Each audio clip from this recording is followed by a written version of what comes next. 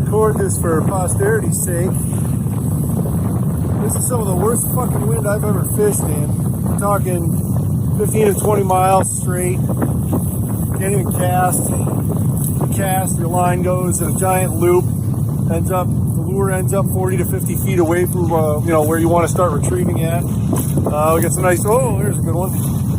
Got some nice 2-foot waves here. This is great. This is why I fish. Paid money for this too. It's good stuff. Bye. Are you getting yourself ready for our show?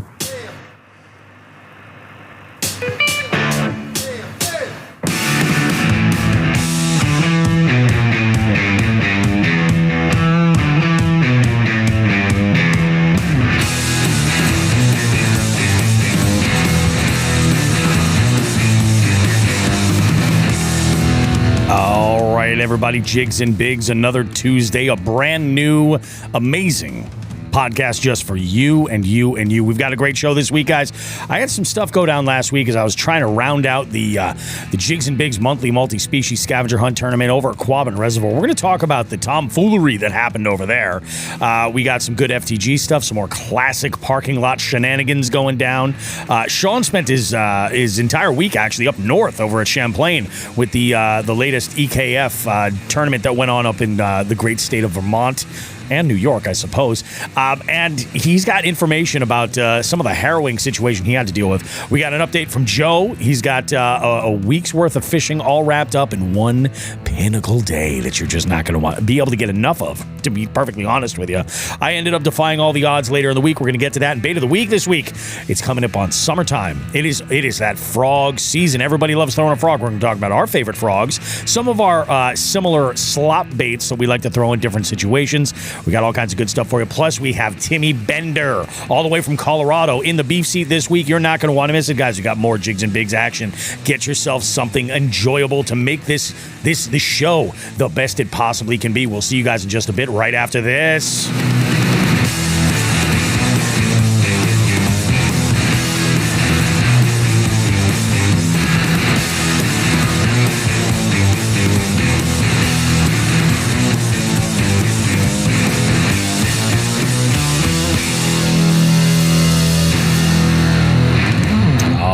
Everybody, Jigs and Bigs, it's Bobby Roast Beef. God, it's so good to be back.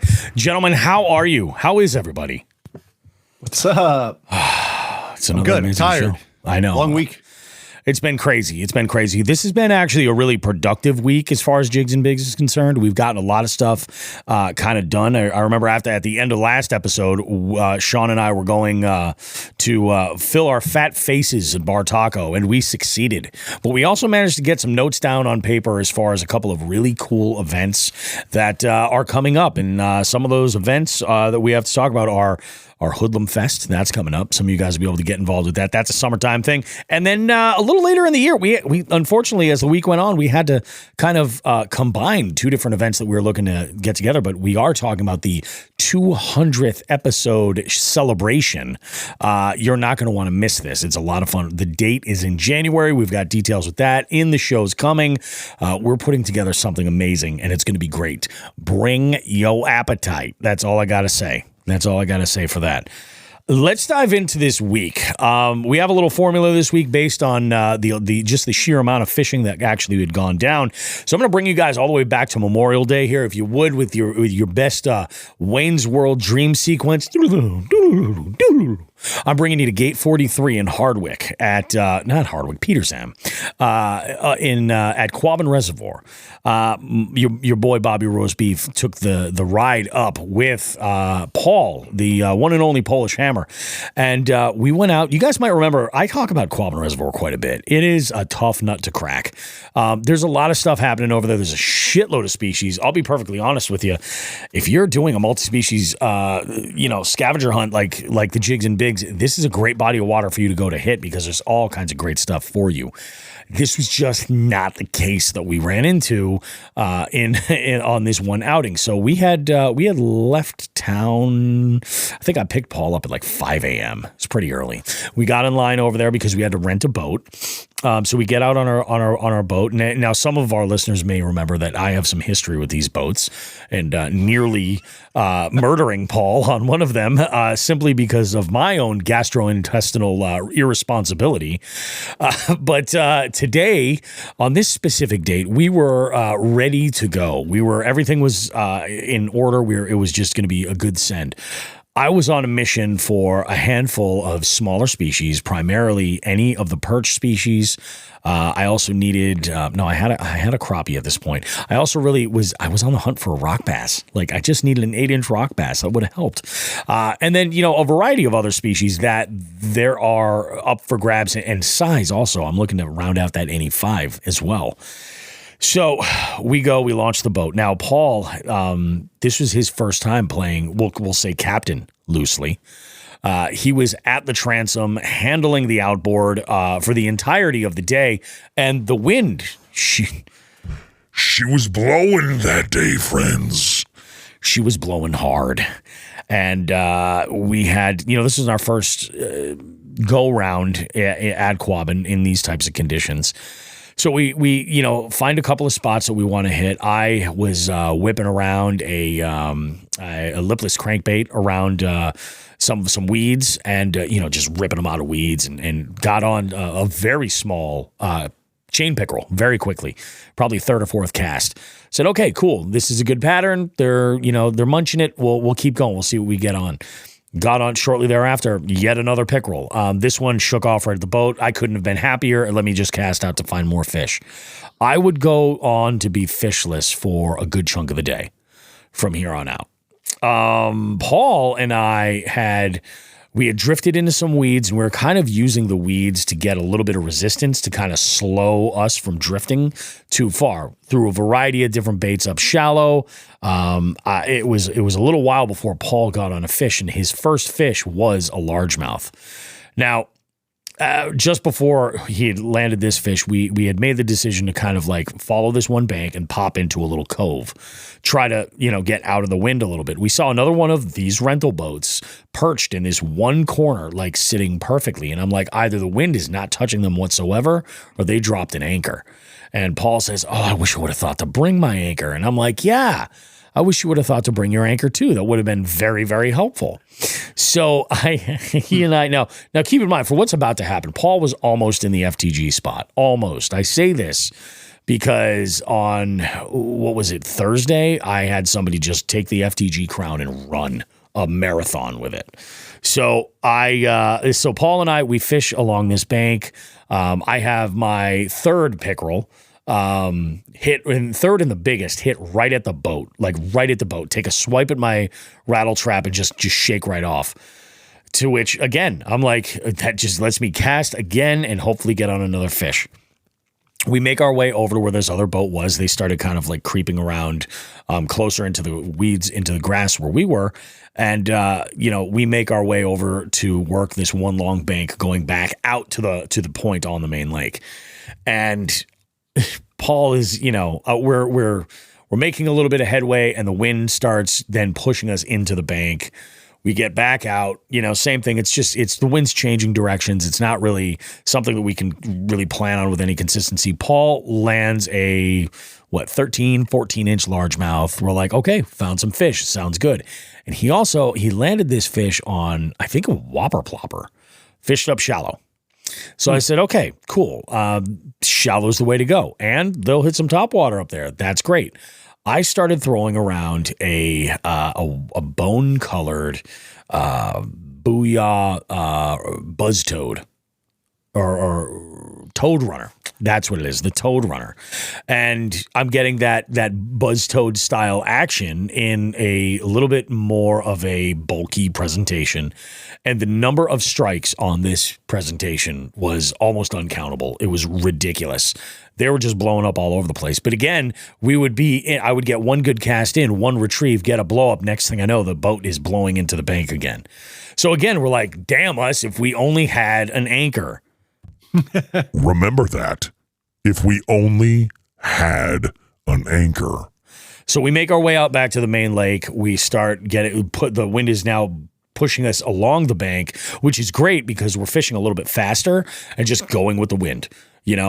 Basically keeping ourselves off the bank a little ways, casting up forward, and then just, basically casting at a 45-degree angle, and then just retrieving in over this weed bed. No blowups along this bank whatsoever. We decide to make a call to cut across the lake and fish this other side. We get over there, and this is where I said, we've had all this wind. I haven't thrown a spinnerbait. Let's throw a spinnerbait. And then boom, another pickerel. Wouldn't you know it? A good size pickerel too. Unfortunately, not large enough to do anything for my NE5, which sucked. This was, I think, if I had to make a comparison of pickerels, this is the chode prince of pickerels because he was definitely thicker than the length of this fish would have. I don't know what was going on. I don't know what kind of life choices this chain pickerel made, but he made some life choices. And so I'm like, okay, this is great. Basically I've got a pattern of stuff that's in this perch pattern. They will crush. And then, top water, almost color didn't even really seem to matter. So we end up in this other little cove that is absolutely like just choked to the gills. Very, very shallow, but the grass is thriving at Quabbin. If any of you guys were worried about the grass at Quabbin, don't. It's fine. It's totally fine. We get over there and we kind of drift along up to just a huge honeycomb pattern of bluegill beds all over the place. So again, thinking there might be predators nearby. This could be a good thing. Any kind of predators. So I switched my presentation over to a buzz toad, a smaller little topwater presentation, and this was black and blue. And Paul had decided, he's like, oh, that's how you use that? He was using these as chatterbait trailers. He says, I'm going to give that a shot. I was like, yeah. I was like, just throw it on, on like a 4 or 5/0 hook, EWG hook, and, just throw it on some line that floats. I was like, throw it on whatever you throw your frog on, ideally. And so he starts throwing that. This boy goes and lights up a series of pickerel bites that are just crazy. Reminder, we've only gotten into one bass this entire time. It was just pickerel. We landed in this one spot, and the blowups just were nonstop. They would miss, but occasionally they would make contact, and we could get a couple in the boat. So that was pretty much it. We had worked. We were on the water for 7.5 hours, and I was just like, you know what, man? I'm like, it's just this is rough. In fact, you know what sucked? We saw a dead rock bass floating out in the middle of the lake on our way back toward the dock, and I was like, If this fish were kicking, could have done me some good. I'll bet you would have hit that 8 inches. That son of a bitch. So we get back to the ramp, and this is where Paul almost got the FTG. I'm getting a little verklempt thinking about it right now.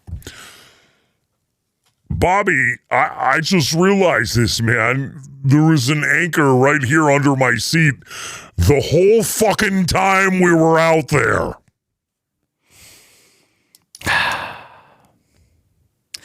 I love Paul. Great guy. He deserves that FTG. That's some bullshit. I was like, and I could say this. Ready? This is y'all are gonna say this sounds hypocritical. I'm Polish. That's some Polish shit he just pulled right there. We know. Like he knows. Know. He knows. Yeah. He knows. We know. So, we drowned our sorrows of it being, we did catch fish, so nobody's upset about that. We've been to Quabbin many times before and haven't had so much as a bite because we just couldn't find any fish. But we have, it was a better day than those.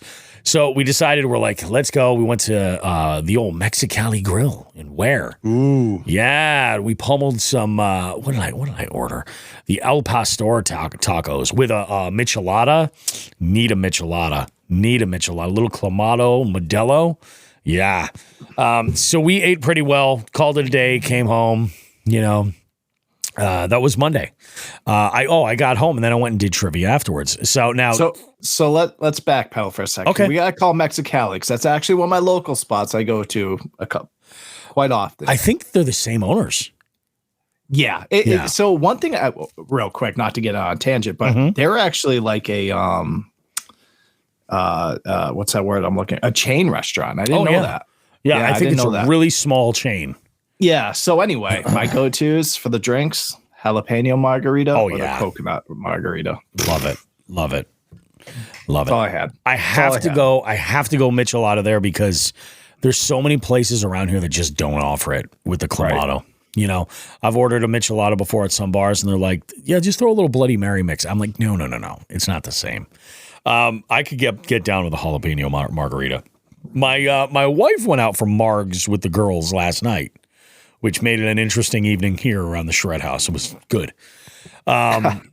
So let's fast forward. So I had a wedding to do this week, and that means that a part of my week is going to be absolute chaos because, no matter what, any couples that I work with, there's always a couple of little details that you got to get lined up. Now, Monday night, I had a late night conference call with the bride and groom. We got all those details together. What was nice is that this couple was just on it.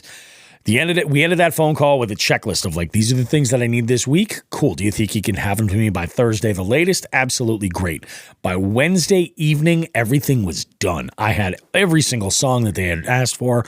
I had every little possibility that I could need at all. In fact, I had a nice little image on my screen to collect pictures that people were taking with their phones. They could text them into the screen. Like I had this at the butcher's wedding.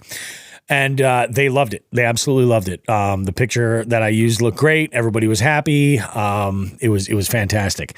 So this kind of meant for me, I was able to use Tuesday and Wednesday to focus and work on that stuff. And also some of the planning for some jigs and big stuff as well.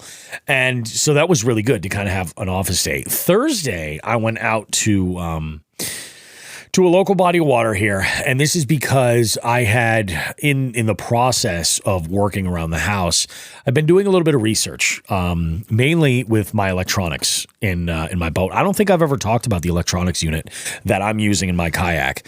What I've got is a Lowrance unit. It's a hook reveal TS. What that TS means is that it's got the triple shot transducer, which offers up side scan. Now, when I first got this unit installed, I had never used electronics on my vessel ever before. So to me, having these options, it was one of these things like I want to have the options so that I can get to that point. I'm at that point now. I'm at that point where I've been using 2D sonar and appreciate it, but I want to grow beyond that and try to get as much user interface as I can. So I did a little bit of looking. Now, Derek, over at Three Bells was so awesome. He actually set this up for me. He goes, I think this is the scene that you're going to want to use where you'll have either a map and then the 2D sonar and the side scan, or it was the 2D sonar, the side scan, and the down scan. So I was like, all right, cool. Somehow I deleted that page and I just couldn't find to get it back. Well, I put it all back together and I created a platform where basically if I want to use the map, I'm going to use the map full screen. If I want to use the other stuff, I've got the 2D and then the side scan and the down scan working all simultaneously. Nice little color palette, so they each stick out from one another. It looks really organized. Looks like I actually know what the hell I'm talking about. But I will tell you this much. I went out on the water on Thursday primarily to test out the side scan and see what I thought about the way that it worked in the auto modes, change things up to see clarity, things like that. I was amazed at the things I was seeing. I thought I knew this body of water well. There was structure I was completely missing. And you know, there was submerged timber much further out than I had ever even really considered. Parts of trees that I just was not fishing whatsoever. So as I had gone and done this pass up and down this one section and came back over, I fished a couple of spots, and these fish weren't biting so hot. I caught a couple of them on a Senko, but it was absolutely just slowed down, super finessey, no real bite necessarily, just nothing really detectable. I would just see my line kind of go, and then I could set the hook. So we got a couple on Thursday. That was great. Got off the water, ran and picked up my daughter, did a couple of errands. Everything's good. Life is good. Everybody's happy. Friday was wedding day. And with Friday, we had a major cold front come through the area. It was well over 90 degrees when I got to my wedding. I got set up and I was sweating bullets and buckets, actually, not even bullets. Just it was. I felt disgusting. We went. I went into the house and got changed, put my suit on, and immediately after coming back outside, I stood in front of a fan for a little while, saw some dark clouds coming in. I was like, oh, there it is. And you could feel the change in the air almost immediately. We got a little bit of rain. It came through, and it had me concerned with how was fishing going to be this week, or through the weekend.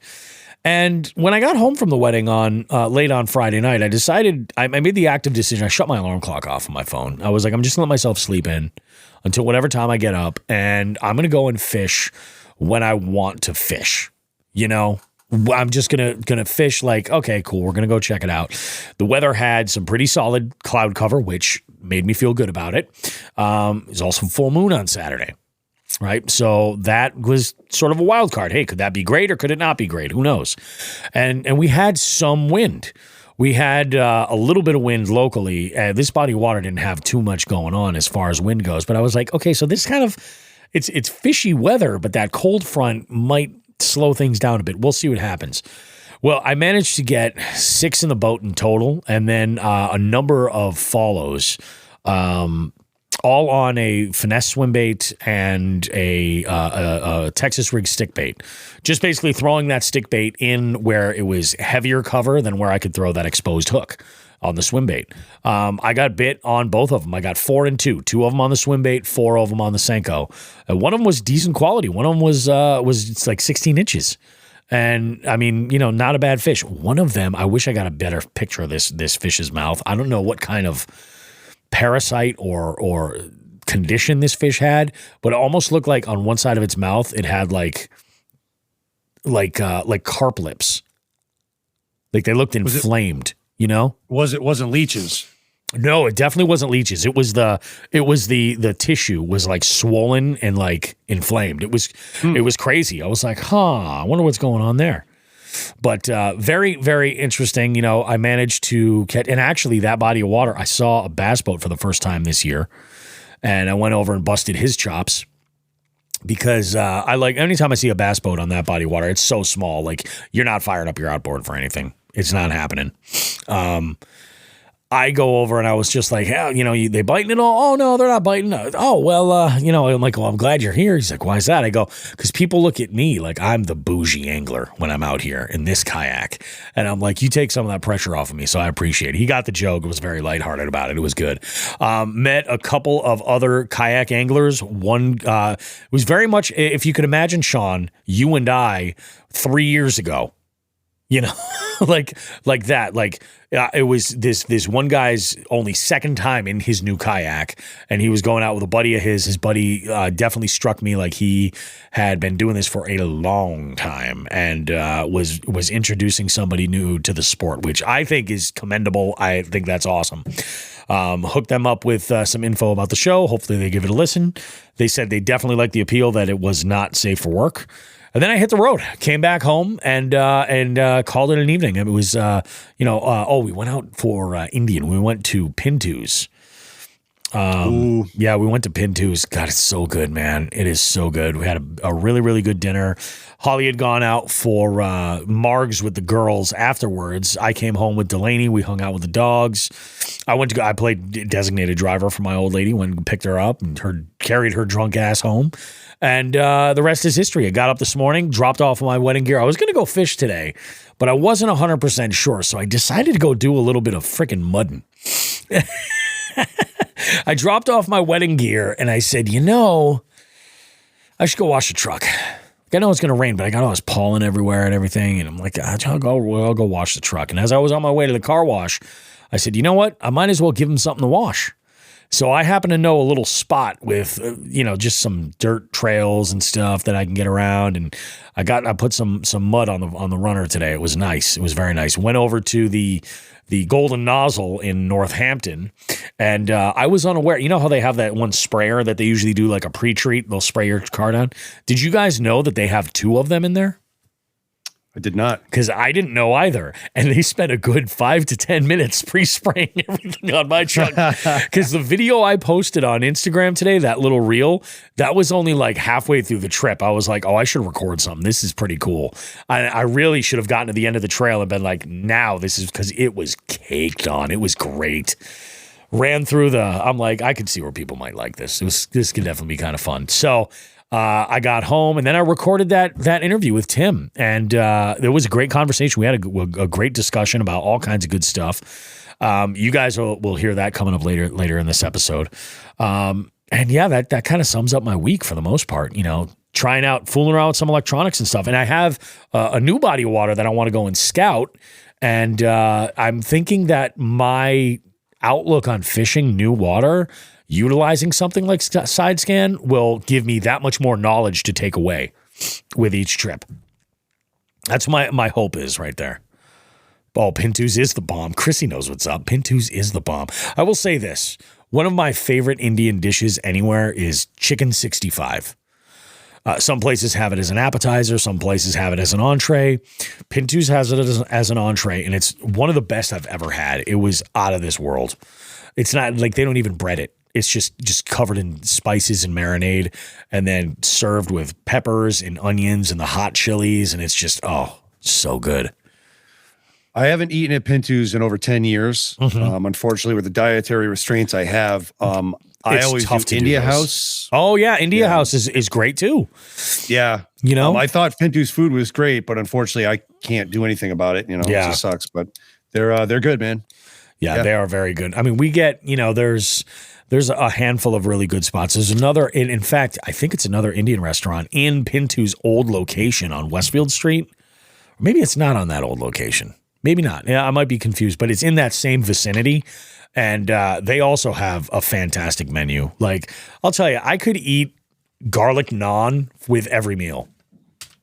And I should. That my favorite thing to get out of India House, and I know, I'm sorry, I'm getting away from Pintu's for a second. It's all good. It's my only place I can eat. They have a naan pizza. It's fucking phenomenal. It is delicious. I remember that time you made an order and they fucked it up, and you're like, dude, I'm going to come by and drop off these fucked up naan pizzas. Chloe was so psyched. She was psyched. Then, that's good. They went back and fixed it up. Seeing what do we got here from Loaded Potato? Seeing the hidden cover on a graph is always eye-opening. You're damn right. It really is. And also frightening, too, because like if you're in shallow water and you're like, oh, the side scan's crazy, and you see like a human skeleton, I mean, that would happen if you're fishing like the southern end of the Connecticut River or something like that. You're going to run into these things. But, hey, maybe they're on that ribcage pattern. It could happen. It could happen. So it was a good week. I mean, I got out there. I definitely got on some fish. I'm thinking that this week I have a bunch of trips that I want to try to make. I'm going to be going very, very hard. And July, I'm looking forward to July in a huge way, in a huge, huge way. That about does it for my week for the most part, like in a nutshell. Where are you at, Joe? Yeah, so it took me a couple days to recover from our tournament on the Connecticut River. Fair enough.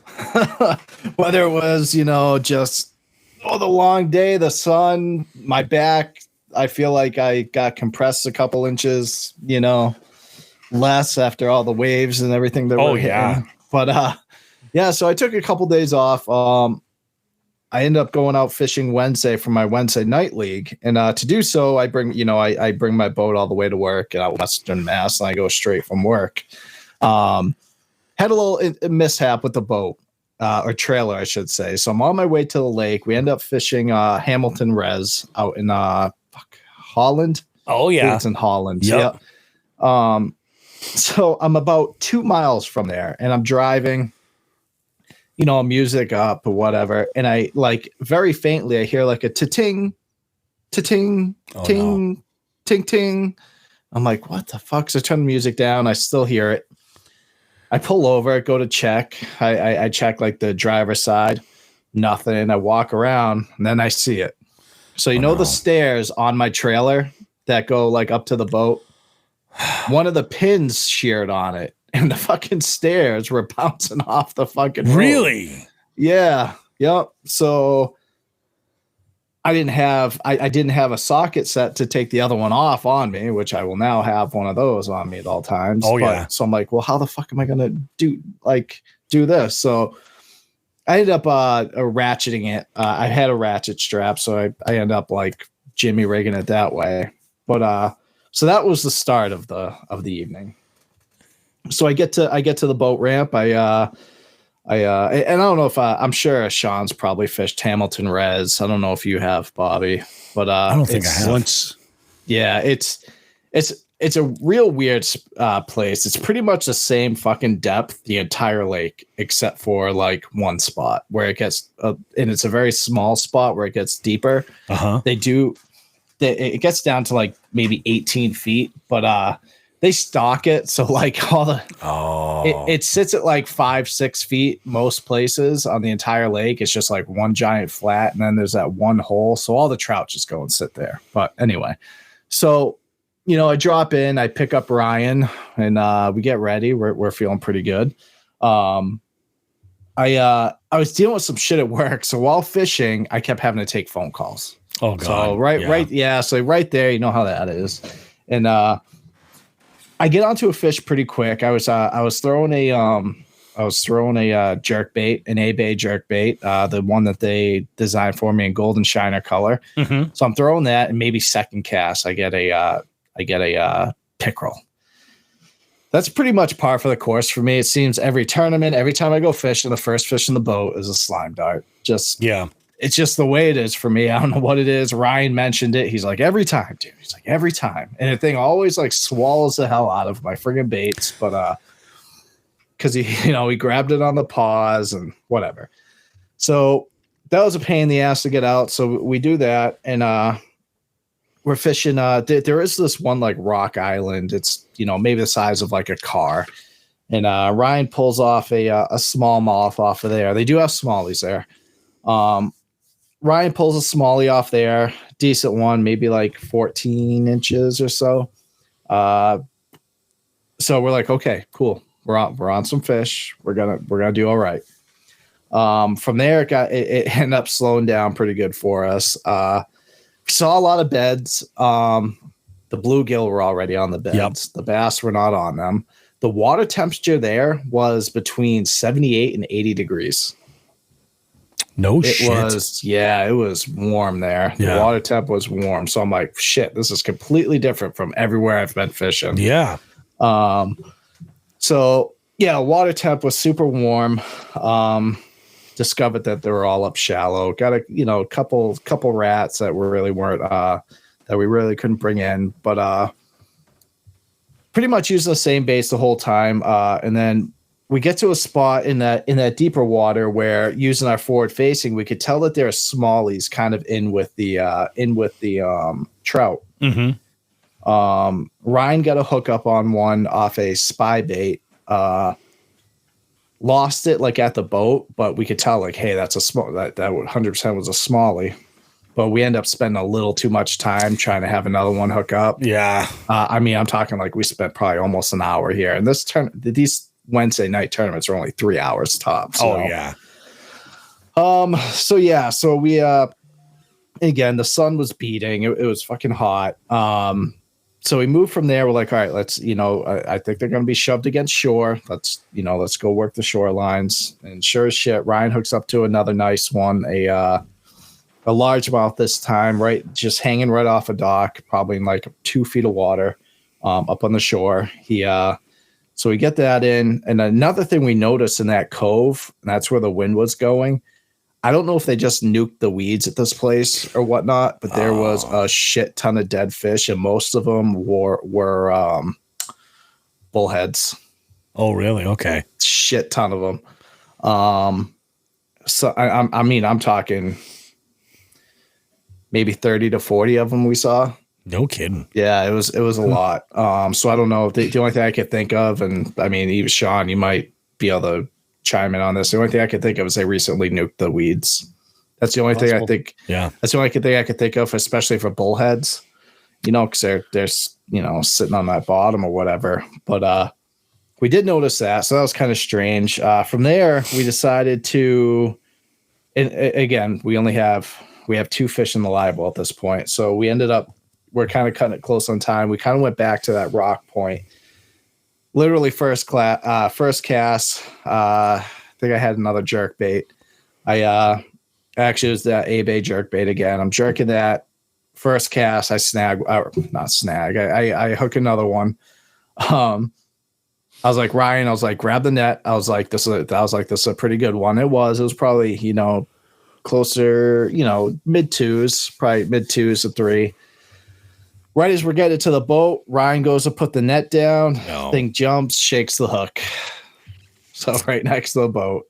And that's just kind of that was the end of our that tournament there. So we only weighed in 2 fish, and which is whatever. We've been getting second, third place every single time. So I wasn't too upset. And like I said, I was on the fucking phone every 5 minutes because we had something going on at work, and so it is what it is. But so we pulled in there. My big plan for the rest of the week was to pre-fish for my ABA tournament that was today at Quabog. So my plan was to pre-fish that Friday. So I had that all set up. I fish there all the time anyway, but I wanted to go, kind of see what they're doing now that the weather went from 90 to 50 in the matter of a day and a half that cold front. So I was like, all right, let me go see what they're kind of doing in this cold, as the weather's kind of coming down. So 9 o'clock, 9:30 at night, I get a call from work. Got to come in tomorrow. Oh, I took the day off, ended up having to go in. Pre-fishing got killed. So whatever. Saturday was a do shit around the house day because I was fishing all day Sunday. And I wake up this morning to fish, to get up, and I realized that my starting battery was completely depleted. And I was like, I had it plugged in and everything. And what had happened was, number one, the cord wasn't fucking plugged in at the house. I didn't notice it. I just did it fast like an asshole and didn't double check. So one of the kids probably unplugged it or whatever, because it's the one I always use for the boat. But what I learned is when I had and I run lithium batteries, I run very nice batteries.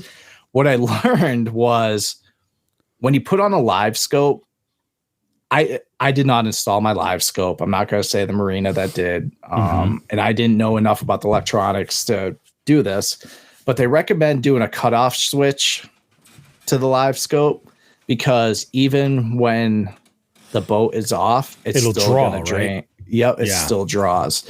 And what they did was when they installed it, I do have a cutoff switch on my boat. It shuts all the power off in the back where the batteries are, but they bypassed that when they hooked it up.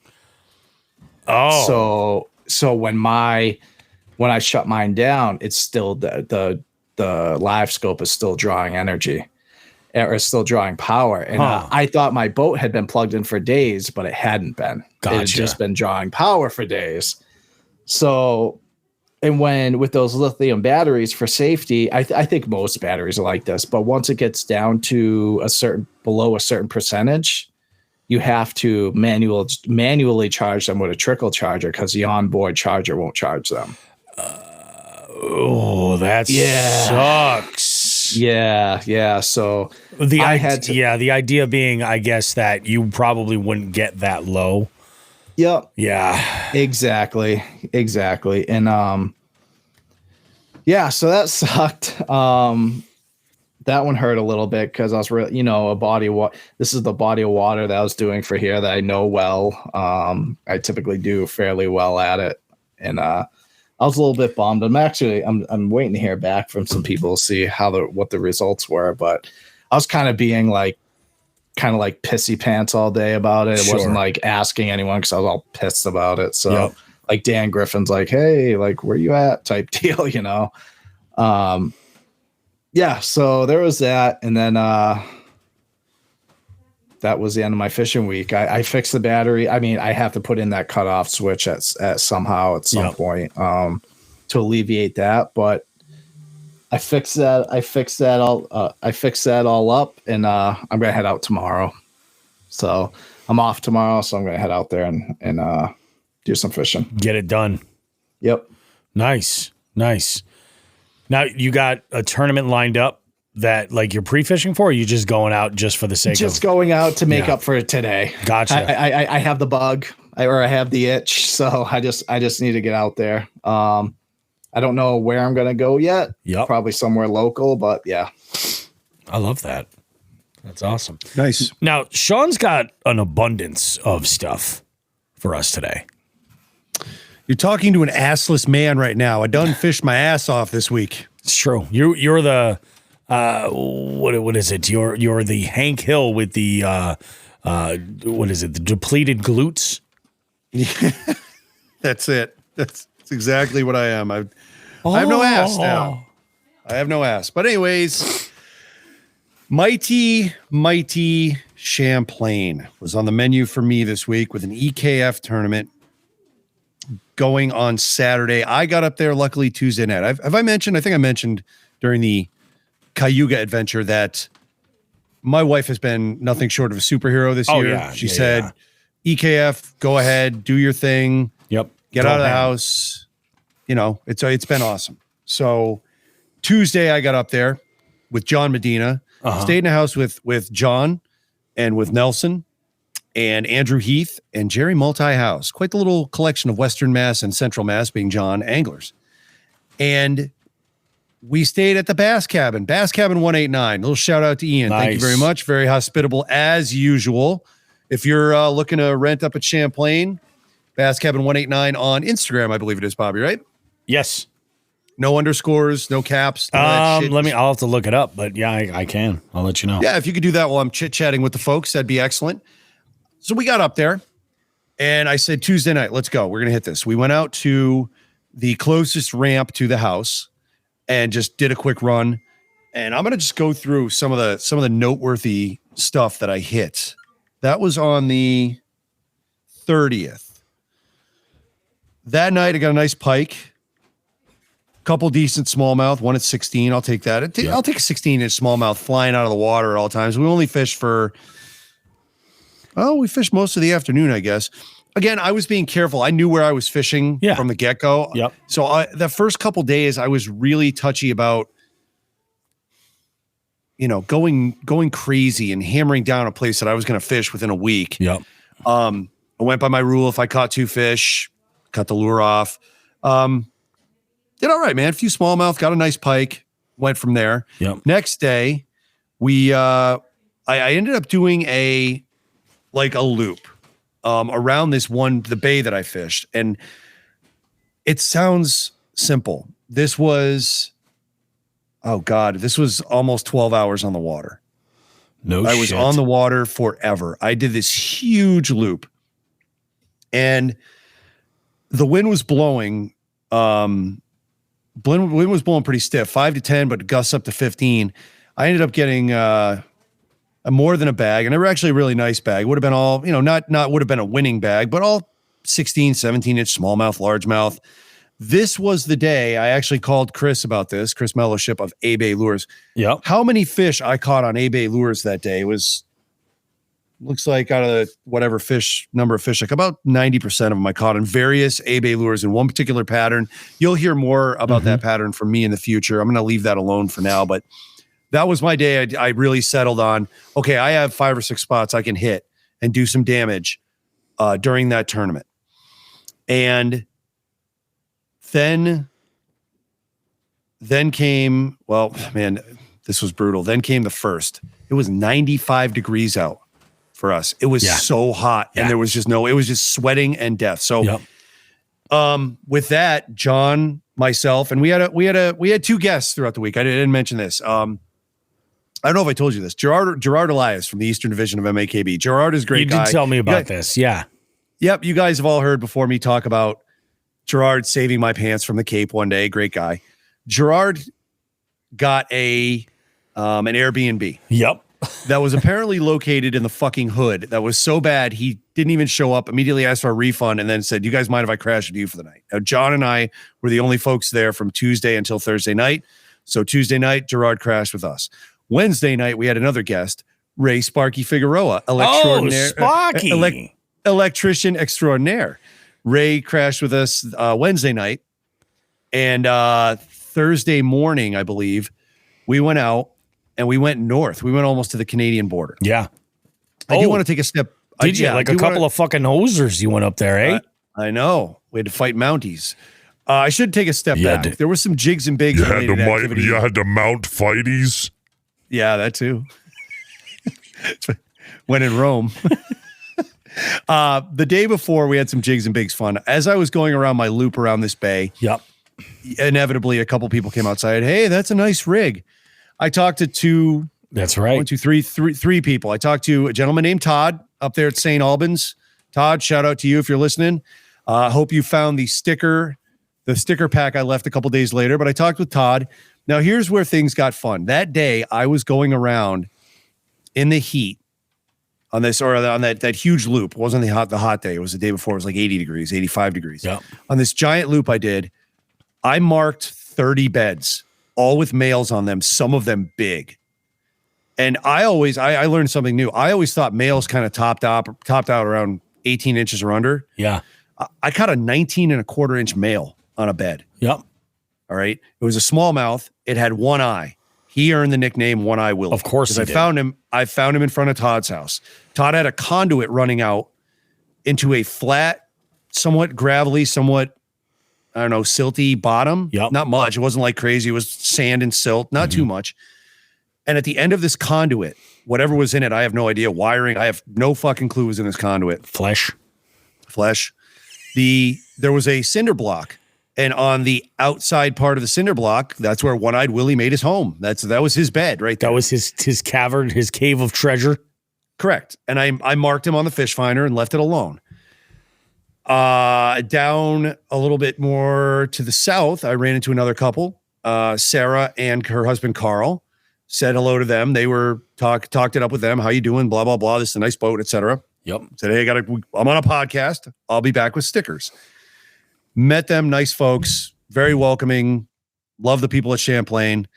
And then we fast forward to the next day. We went up north. We threw in at a river that was less than half a mile from the Canadian border. Now, the Canadian border was the northern border for the tournament. Mm-hmm. I think John and Ray explored up that north. I went south, and there was a resort.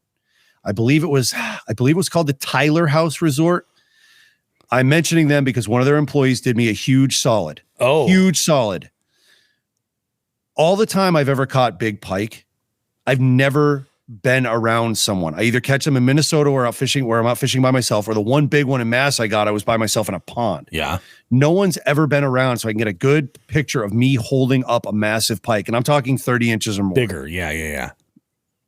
This was my lucky day. I hooked into a just shy of 34-inch pike. And as I was bringing it to the shore, because I don't measure pike that are over 30 in my boat, I've just learned. Yeah. It's not a good idea. Yeah. It's a little too dangerous. I prefer to do it on shore. As I went into shore, there was a woman reading a book or having a cup of coffee on a park bench. And I yelled up to her. I said, hey, do you mind if I measure this pike on this property? I don't know whose it is. I don't know if the resort owns it. I don't know if it's private. I don't want to get shot. People in Vermont do have guns. And she said, yeah, of course. Come on up. She said, what are you doing? She's asking questions. And I said, could you do me a favor? After I had measured it for the Jigs and Bigs? No, I went into Chronic Trips. That was my first entry for this month's Chronic Trips. Nice. As I'm measuring it, I said, could you do me a solid when I'm done? Could you just take a picture of me holding up this pike? I don't have any pictures of me holding up big pike. She said, absolutely. Yeah. That's awesome.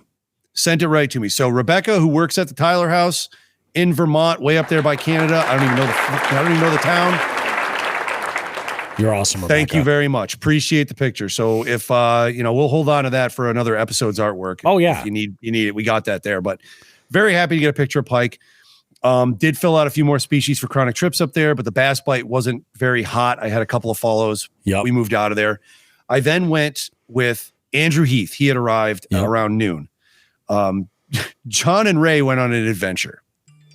John and Ray tried to get a meal somewhere, and apparently every restaurant around the Vermont side of Champlain was closed on Thursday. Oh, really? They basically just vanished for like 4 hours. They went over to New York. They had to go all the way over there. No shit. In the meantime, I had finished up there. I was sweating. I was just miserable. And then Andrew showed up and I said, well, you want to try some new spot? He said, sure. We tried the other side of this bay that I had fished, but it was 2 miles across. I wasn't pedaling across. And there was a state park we threw in right there with a couple of islands. And all we did was circle the islands. And actually Nelson joined us when he got there. But again, beds, largemouth and smallmouth. Yeah. And I figured I wasn't fishing there on Saturday, so I just kind of laid the place to waste, and we caught a ton of fish. That was, 17s, 18s. We really kind of lit that place up for the smallmouth, a couple largemouth here and there too. And then finally, the day before the tournament, we ended up getting out, and I said we were supposed to have thunderstorms rolling through, and I said, well, we're going to pass on this. Now, I have another story involved in this day, but it's going to wait for a number of reasons regarding the tournament. But something happened at the launch that day that may or may not have affected how my tournament finish went. We'll find out. Sorry to be cryptic, folks, but we're waiting on some stuff. Oh yeah, shit's got to be worked out. Correct. And I ended up saying, well, these fish are on beds and they're stuck there. And with this storm coming in, they may not be here tomorrow. Yep. So then I went for it and I really fished my ass off. And I ended up getting my 2 biggest smallmouth off beds were males too, 18 and a quarter. And I pulled in One-Eyed Willie, who ended up being 19 and a quarter. I remember saying to Nelson, who was out with me, I said, man, this one doesn't look that big. It was in shallow water and I just threw it in there. Yeah. And I said, maybe 16, 17. And I pulled it in. I said, geez, he's 19 and a quarter. Holy shit. Put him right back. He went back to his bed and he didn't look too molested. It was an open flat. I don't think boats were going in there. So I left him alone. I marked, like I said, another 10 beds. So I had 40 beds to go to. All right. And then tragedy struck for me. Yep. That night, that massive cold front that you already talked about rolled in. All these beds for me were on the eastern shore. All right. Oh, yeah. The wind was blowing out of the northwest. Every bed that I had marked, I could not physically locate because everything turned into chocolate milk. I couldn't see them. So even though they were marked, I was still blind fan casting to a bed. Yeah, and hoping you were landing on it close enough. And then also hoping that whichever fish was nearby was going to grab that bait. Yeah, that's tough, dude. Yep. And I did. I'm going to get into the tournament just a little bit here on my end. The wind was so horrific. The opening, the intro to this episode was a little video I recorded in the afternoon. The wind was so bad that when I pedaled into the wind hard, I would get up to 1.5 miles an hour. When I drifted with the wind and just let it take me, I was going at 2.5. Oh yeah. It was miserable. Yeah, I believe it. Casting was impossible. And I still managed to put together like 87, something like that inches. And it didn't matter. Yeah. I was in like 23rd because the top 5 people all had like 96 and higher. Because they were able to hit beds, I believe, that were visible. So there's a couple of things. Nelson had shared some video, I think, on his story And I don't know if he was playing it up because it's tough to say. I think he was. I think he was hamming up for the camera. He's like, "Oh, it's just a nice day out here in Champlain. You got some wind, some water coming over the bow." Look, I mean, and it was just like giant wave right into the boat, right into the boat. And he's like, "That's great. I love it." And It was awful. He also says that, and this is not the first time I've heard this. The downstairs couch at Bass Cabin is so comfortable. Ian said this before, but I think at one point I laid on that couch, like when we recorded or after we recorded, with a belly full of steak and all kinds of goodness. And I was like, I could die right here. Didn't you pass out? We were like talking to you and your eyes were closed. You're like, I'm here. Maybe. I mean, that might have been there was a lot of sleepy medicine involved in that evening. So you never know. Yeah, there very well could have been. But I did look up Bass Cabin. It's Bass Cabin 189, no spaces, no underscores. Perfect. Thank you. That's on Instagram. If you guys are looking for a place, tell them Jigs and Big sent you. It's fantastic. It's a great spot. I know they just replaced, I think, all their windows in there. They've all been updated. I believe they did. And I mean, they're putting in the work, There was a chance that we were going to be there during the renovation, and it was not being operated on while we were there. So that was really nice. Perfect. But yeah, I mean, I finished. Here's my bag. So this bag finished in fucking whatever it was, 23rd, 24th, 25th. Mm-hmm. I don't know. I don't even know if it was top 25. I can't even remember. But I put in. I'm sorry, I'm looking at the wrong day. That's the second. Here's the third. Fishing in the Sticks ask dog friendly. I believe so. Yep. Double check on that. Yep, Don't double trust check us. on that, but I believe so. Yep. I ended up with a 16.5-inch smallmouth, a 17-inch smallmouth, a 17.25-inch smallmouth, a 17.75-inch smallmouth, and then finally, and this is where my day kind of ended, and I was happy. At 11:20 on Saturday, I rehooked One-Eyed Willie. I could not find his bed, but I found the conduit and I followed it out. And when the waves dipped, I'm like, I think that's the cinder block. And I threw a Ned rig at it, and One-Eyed Willie pasted the fucking thing. Yeah. And I have video of One-Eyed Willie. I even called him that because with EKF and MAKB rules, if you got a fish that even looks dead, record a video. Nelson made sure I was on top of that. Like he said, hey, you catch that fucking fish tomorrow, because I caught him on Friday. Nelson was around me. I said, I want to come back here. Nelson wasn't fishing that bay, so he was just out having a good time. I caught One-Eyed Willie, and he said, make sure you take a video just to make sure that everyone knows it's not fucking dead because of its eye. That's true. And I've got a nice video of the measurement and release of One-Eyed Willie and him swimming off back to make more one-eyed babies. That's how that rolls. But it was a fantastic trip. Champlain always is. Even like I said, even with the horrible conditions on Saturday, I put up high 80s. Yep. Did what I could. I could have put up more if the weather cooperated. That's fishing. No bitching. I left everything on the table. I caught fucking One-Eyed Willie. I made a friend. That's what I'm saying. And on Friday, I should make mention to this. This is a little bit of a funny story. We all laughed at this when I told you, Joe, you're going to hear this for the first time. I did make a run with 2 bags of stickers with a sticker, 2 stickers in two stickers each in 2 bags. I dropped one at Todd's dock, wrote a little note saying something like, hey, Todd, nice to meet you. Hope you enjoy the show. Here's some stickers. Shawn. I put it in a bag and I put a rock on it because, again, Friday we were expecting thunderstorms. Oh, yeah. Then I went around the corner to Sarah and Carl's house. They did not have a dock. I had to pull up on their shore, hop out, run up onto their deck, and I left the bag with the stickers and a note saying pretty much the same thing with a rock on their table on their deck. And I come back to the boat and I go to south for another like 2 miles, and I come back up and I'm exhausted. And they're out doing yard work. And I said, hello. And they said, hey, are you the guy we talked to the other day? And I said, yes. I said, did you enjoy your stickers and the note? And Carl looks at me and says, he goes, where'd you leave it? I said, on the table. And he's like, in the house? I go, no, I didn't B&E into your house at 8:00 in the morning to leave you Jigs and Big stickers. I said, it's on the table right there. I could see the rock. And he goes, oh. And Sarah came out and said, oh, thank you very much. And I said, yeah, Carl thought I broke in and left it on your table. That could be a new thing. We could do official Jigs and Bigs, lake home invasions. Yeah. You know, we go in, we just kick open the door and be like, Jigs and motherfucking Bigs in the house, everybody. Bust out the zip ties and the duct tape. Let's go. That would be your style. People would talk about my method of, I woke up feeling someone watching me, and there was Shawn in my bedroom holding up 2 stickers. holding up 2 stickers and breathing heavily on my neck. Why I don't is he know what's going on. pantsless? Relax. I just want to take some photos of I you. just want to take some pictures. Exactly. So, again, great week. Thanks to my wife for letting me go do this shit this year. This has been fucking nuts. Absolute blast on Champlain. Thanks to John. Well, thanks to John, Jerry, Ray, Nelson, Andrew, and Jerry Multi-fucking House. Jerry Multi-fucking House.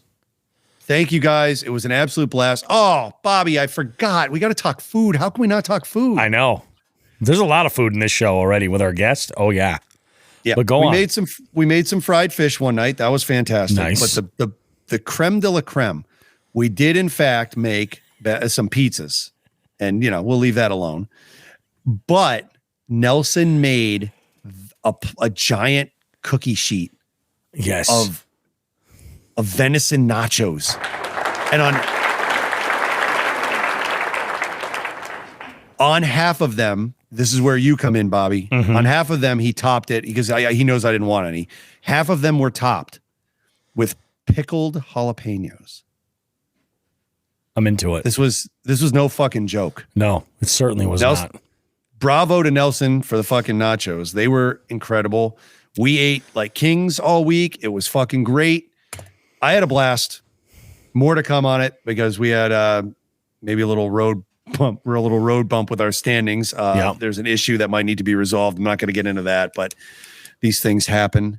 Thanks again. And we have I believe the next EKF event is the Connecticut River up at Moore Reservoir, which is on the line between Vermont and New Hampshire. But I think the Moore Reservoir part is actually in New Hampshire. We'll be up there next month. It's going to be another fucking blast. Kicking ass. That's all I got. Oh, hold on. So we just got an invite from our guest on this week's show, Tim, signed up to be a jig head earlier this afternoon. He left this comment, not in the chat, but on Patreon. I happened to get a heads up. He says, come out to Denver and we'll do elk and venison nachos. I'm not seeing an issue with this. Yeah, I mean, I have no issue with that whatsoever. I say we just make a send. Maybe that's what we'll do. Maybe that's what we'll do. We'll do like the Jigs and Bigs heads west. Like a couple of cattle rustlers dragging kayaks through the highways of the great United States of America. What general area is he in of Colorado? I'm not 100% sure of where he is, but he's saying Denver, I think probably nearby. Hey, I got to butt in here. So Pat Martin asked a question. Yep. Oh yeah. I feel like I got to answer this one. So turkey update for everybody. As you all know, 11 of them perished. And I have one left. Did I tell you guys what I named them? Yes. Okay. Yeah, I think so, but I forget. So Marcus is doing well. That's right, Marcus. He is thriving. He is growing. He is starting to strut his stuff already. We had him kicking it around the house today. And but I have 12 more on the way to give it a whirl again. So stay tuned. Huh. 12 more, huh? No. So no. It's like a warranty thing. Yeah. Yeah. So they're like, all right, we'll send you another batch. And if those ones don't work out, then we will refund you. I was like, okay. So yeah, I'm telling you, that's the turkey update. Yeah. Well, I will let everybody know as soon as the new ones get here, which should be like next week. So my wife was out having margs with one of her girlfriends, and they just got chicks. And you know how like you have to start them for a little while and let them get going, and then they get to a certain age, and you can move them outside. Well, I guess half of these chicks are going to a friend of hers. So she's Okay. starting them for everybody, and then she'll transition them over, half of them over there. But she's like, yeah, we're going to have eggs. If you guys, need farm fresh eggs, and Holly's like, yeah, I'm going to send Bobby over. Fucking A, first thing. And I'm all about it, which is fantastic. However, I told her, I said, from what I understand, this is how it started with Joe and Meg, was going out and having some drinks, popping by the old Tractor Supply and saying, Yeah, dude. come home with us. And I go, I'm telling you, before you know it, Stephanie is going to have a pig pen in her backyard. Before you know it, like, she's going to be like, does anybody need bacon? I'm building a smokehouse. What's going on? Like, springtime's going to come and it's going to be crazy. So our current count right now is, I think we have 23 chickens, 10 ducks, and a turkey. wow. Soon And to be a dog 13 and a turkeys. tortoise. And a partridge in a pear tree. And a partridge in a pear tree. It really is. It's like the heavy petting zoo over there. I don't know what is going on.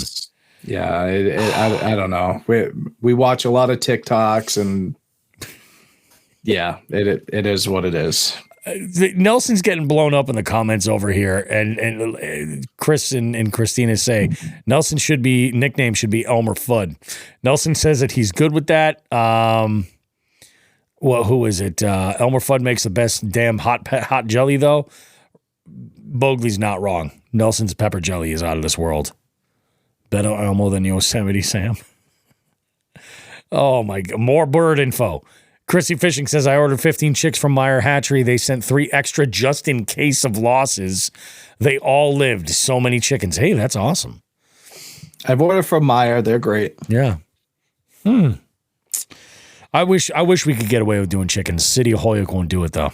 I mean, that said, I've seen them like roaming the streets of Holyoke because, they get out and people have illegal shit all the time in this city. But my wife, she is what she likes to consider to be a platinum card-carrying member of the Rule Followers Club. So, yeah. So that Meg's the same way. Dude. Yeah. She's like, wants to follow the rules. I'm like, okay. It like stresses her out. Yeah. Like, her inspection stickers expired on her car right now. She won't even drive the fucking thing. She's so stressed out about it. I was like, yeah, I'll get to it. You don't even want Is it over 30 days? Well, so the law changed now. So let's say you have a 5 on your fucking on your car and you don't get it until July 7. They still only put a 5. They on only it put a now. 5. You can't get those extra months out of it anymore. Yep. Yeah, but you're not going to get pulled over for it is what I'm getting at. 30, you got 30 days to get it done. Yeah, it's something like that. I was like, no, I was like, cops like, around here. We know that, but like, I know June, you're not going to get railed for May is what I'm saying. Yeah, exactly. My wife gets into a car that's got an inspection sticker that's out, and she's like as nervous as if she was driving around with an ass full of black tar heroin. Like that's just, it's just. I'm not saying that she doesn't, but your wife and my wife would be BFFs. I'm telling you, I really think we need to get a Jigs and Bigs host. We need to do like a dinner or an outing, pick a restaurant and go out and whatever, I think that needs to happen. Oh, that's a little offensive. Chrissy Fishing says, I used to have 30 guinea hens. Just because they're Italian, you don't have to, go there, Chrissy. Sounded like I lived in a city with 30 car alarms going off. I believe that. And then, let's see, the butcher chimes in and says, was it Holyoke or Chicopee, the dude with the alligator? He was actually Agawam. Mm-hmm. He was an Agawam guy. Yeah, he was an Agawam guy. The dude with the gator. That was freaking crazy. Let's go ahead. We'll take a quick break, guys. We'll come back around. We got Just the Tip lined up for you. We got a great bait of the week. I think this is probably going to be one of the most popular baits of the week, simply because this just is a certain time of year for it, and everybody goes absolutely apeshit for frogs. You know what I mean? So many people lose their mind for it. So you guys want to hear us talk about our frogs, our favorites, the ones that we like the most. And we will be back in a bit. Don't go too far. Much more Jigs and Bigs happening. And we got Tim Bender coming up in our third segment. You're not going to want to miss it. More Jigs and Bigs on the way. We will see you guys very, very soon, right after this. Hey guys, Bobby Roast Beef here from Jigs and Bigs. If there's one thing I can't stand spending money on, it's on something that's not versatile, something that I can't get a lot of use out of. I want to talk to you about Frost Buddy. What Frostbuddy is it's one of those can coolers. I've seen these before. In fact, I have some that are limited to only fitting one specific size of can, like a standard 12-ounce can. I stumbled onto Frostbuddy, and I was blown away with it. So versatile. Fits standard cans, tall cans, slim cans, and even 12-ounce bottles. And the magic is the insert fits all of these items in various stages within the insert. And when you take that out, you can fit a full 16-ounce tall boy can. In fact, it even doubles down on being versatile with the coffee lid. And on my recent trip to Chickamauga, I had a field day with this thing. I was throwing beer cans in it. I'd have coffee in the morning. On the drive, I was throwing in all different sizes of cans for different canned coffee products to keep me awake on the long drive back. The thing was amazing. So I recommend you check out Frostbuddy. If you're in the market for either a travel cup for your coffee or a can cooler at all, either one of those, check it out. For the money, you cannot go wrong. What I've done is this. In the show notes for this podcast you're listening to right now, if you look there, you'll find a link to Frostbuddy where you can get yours. And not only can you go and get your Frostbuddy there, but you can help out the show as well. Go and visit that link in the show notes to this podcast. Check out a Frostbuddy. Tons of colors, tons of patterns, all kinds of great stuff. And it's a great spot to put your Jigs and Big sticker too. Take it from me, Bobby Roast Beef. You're going to get the most versatility out of this one product, probably out of anything you're ever going to buy, especially for anything that you're drinking. Frostbuddy. It works for me. I'm a happy guy.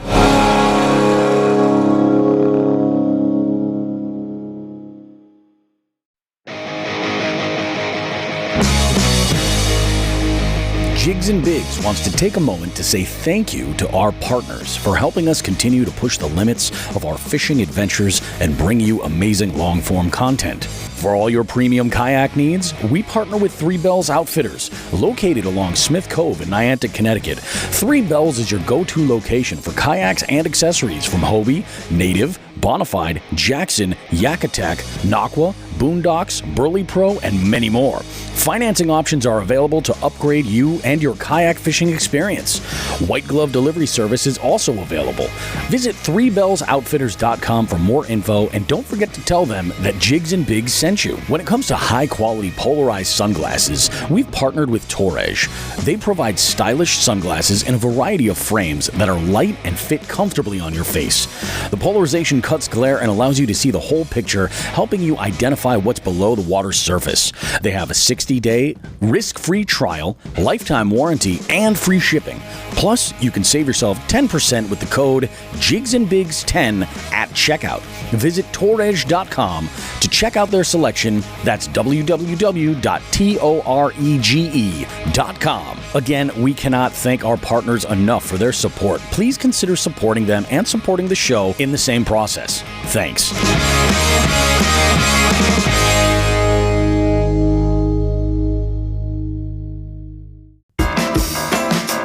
Bobby and Shawn now have a special presentation for us all. They'd like to give everyone just the tip. That's what we're here for. We're here to educate and bring enlightenment to anybody that we can. And Shawn has, something, little news you can use that you could learn from. A tale. A fish tale. It is. I'm giving just the tip this week so you all don't get fucked. There you go. With the tip, sounds funny, but we're there. I made a mistake early Saturday morning, and this is for your kayak anglers. Let me be very clear about this. In tournaments, I made a mistake with the insane waves coming in. Yep. I caught my first fish at 6:30 in the morning, and I decided to measure it inshore. And I pulled onto someone's beach very quickly and beached myself, not thinking about the 2 to 3 foot waves that were now coming over my boat and into the back. After 2 waves, my entire boat was full of water. The scuppers couldn't keep up with draining it. Yeah. I was ankle deep in my boat, sitting in my chair. Don't do that. If you're going to measure fish in bad weather, I hate to say this, no matter how bad the waves are, face the waves. You're going to get some water in your boat. If your scuppers are out, they'll drain. The ocean, this also applies to that. Yep. Make sure you do it away from the shore, because if you're stationary, those waves come over whereas you are at least floating on top of the waves. You might catch a little bit. Yeah, but you're not going to catch the entire amount. I was fucked. I went in, and then the waves pushed me into a boulder that was on this property, and I measured that fish. I had to stick my leg out to keep myself away from the boulder and crushing everything on that side of my kayak, which included my live scope, transducer, I have an accessory box that Jackson makes that comes with an R. I could have broken a lot of shit, and I ended up breaking a reel during this whole process. Oh, that's how you broke it. No shit. I actually just ordered it before we started recording. I had to order a replacement. Thank goodness it was one of my cheap ass Chinese piece of shit spinning reels that I do love, but I broke it. It smashed, and one of the springs inside broke, and the bail doesn't close right now. So gotcha. It's actually cheaper with these reels to just buy another one. Oh yeah. So and sometimes that's what you got to do. Yeah, and now I have one for spare parts. It's all fine. It reel's fine. It's just the bail won't flip back over. I have to do it completely manually. The spring is shot. Like you can't just touch it and the spring takes it. But either way, so I did something stupid. Thankfully, it only cost me $36 for this reel. Mm-hmm. Could have been Take worse. it from me. If you're going to measure fish in a kayak, even if it's bad weather, do it away from shore, unless the wind isn't blowing in that direction. You can get to shore safely, but don't do it in the waves like I did. I tried to escape the waves on the water for the waves on the shore, and I got fucked. So learn a lesson from me, folks. Don't do that. It was pretty stupid. I didn't do it I did it again later that day because I had to with One-Eyed Willie. Oh, and yeah. I lucked out that nothing broke. So there you go. Be careful. I didn't have a choice. Learn from my mistakes and learning. And that's all we got this week. Lesson learned. Are you guys ready? Are you guys ready to hear me beat the drum that I have been pounding on? Since I got into using a trailer for my kayak? You ready? Oh, I know this one. Go. Yeah. Fuck that guy. Fuck that guy. Fuck that guy. All right, folks. Let me paint a picture for you. It was June 2023. East Hampton, Massachusetts. I was pulling into the parking lot facilities of a local fishery that I frequent often. Some of the regular players were out and about. I'm talking about our trout guys. These are regular folks that we see on this body of water routinely, doing what they do. Throwing trout baits out and, sometimes setting up camp right on the ramp. In fact, there was one guy right on the ramp right there. But again, he knows that when there's a boat coming in, he's got to get the hell out of the way and, whatnot. And, that's fine. So there's generally no argument there. However, in this one location, there are 3 spots that are designated for trailers. There's actually 4, but the 4th one is a handicap spot.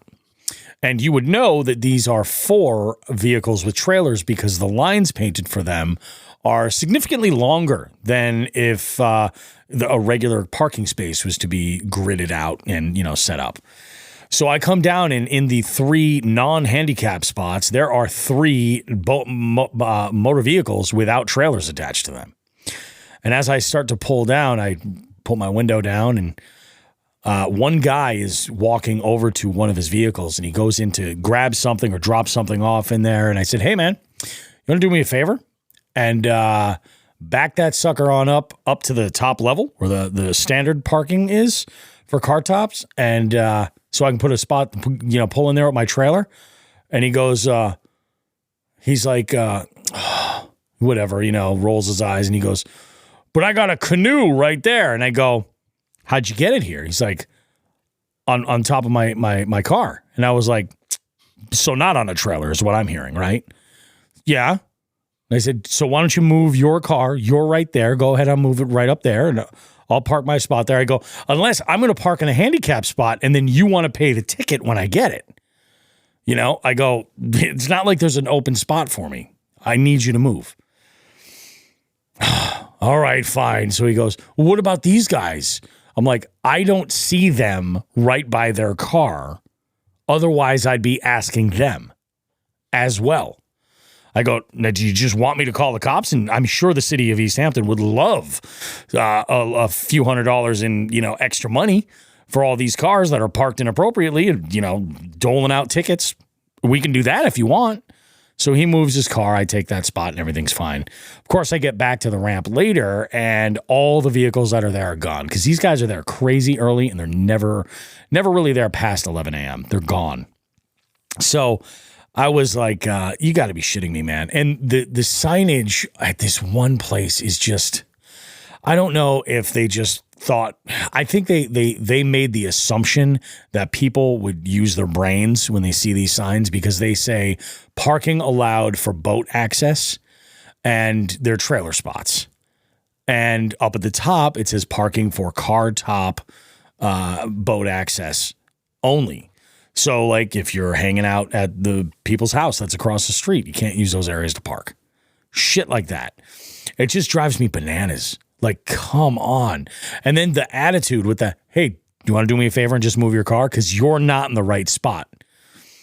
I'll just block the ramp if I have to. I mean, I have no choice. The option is I could drop my boat and park behind all your vehicles, and then what are you going to do? But it's like I'm asking you to park where you're supposed to park. It just drives me nuts. So I kind of want to know, like, from the listeners with all this, obviously this is just me kind of bitching about the woes of using a trailer to move your vehicle, move your boat. But how would you handle the situation, or what are some creative, even if creative things that you would say? Because they always say that hindsight's 20/20. Like, oh, I should have said this. This would have been so much better or something. I think I handled it great. Dude eventually moved, and I love stating the obvious for people. If they were in front of their cars, I'd ask them to move as well, but they're not. So I know this is your vehicle. You just went into it. Get the fuck out. How would you guys handle this kind of situation? And feel free to be comical with it, because I would love to read some of these on a show, maybe in an Easter egg post Grampy's Sleepy Tobacco. Maybe. I could tell you after dealing with people breaking the law, it just ends up in arguments. People want to say they're right. Yep. So I let the police decide.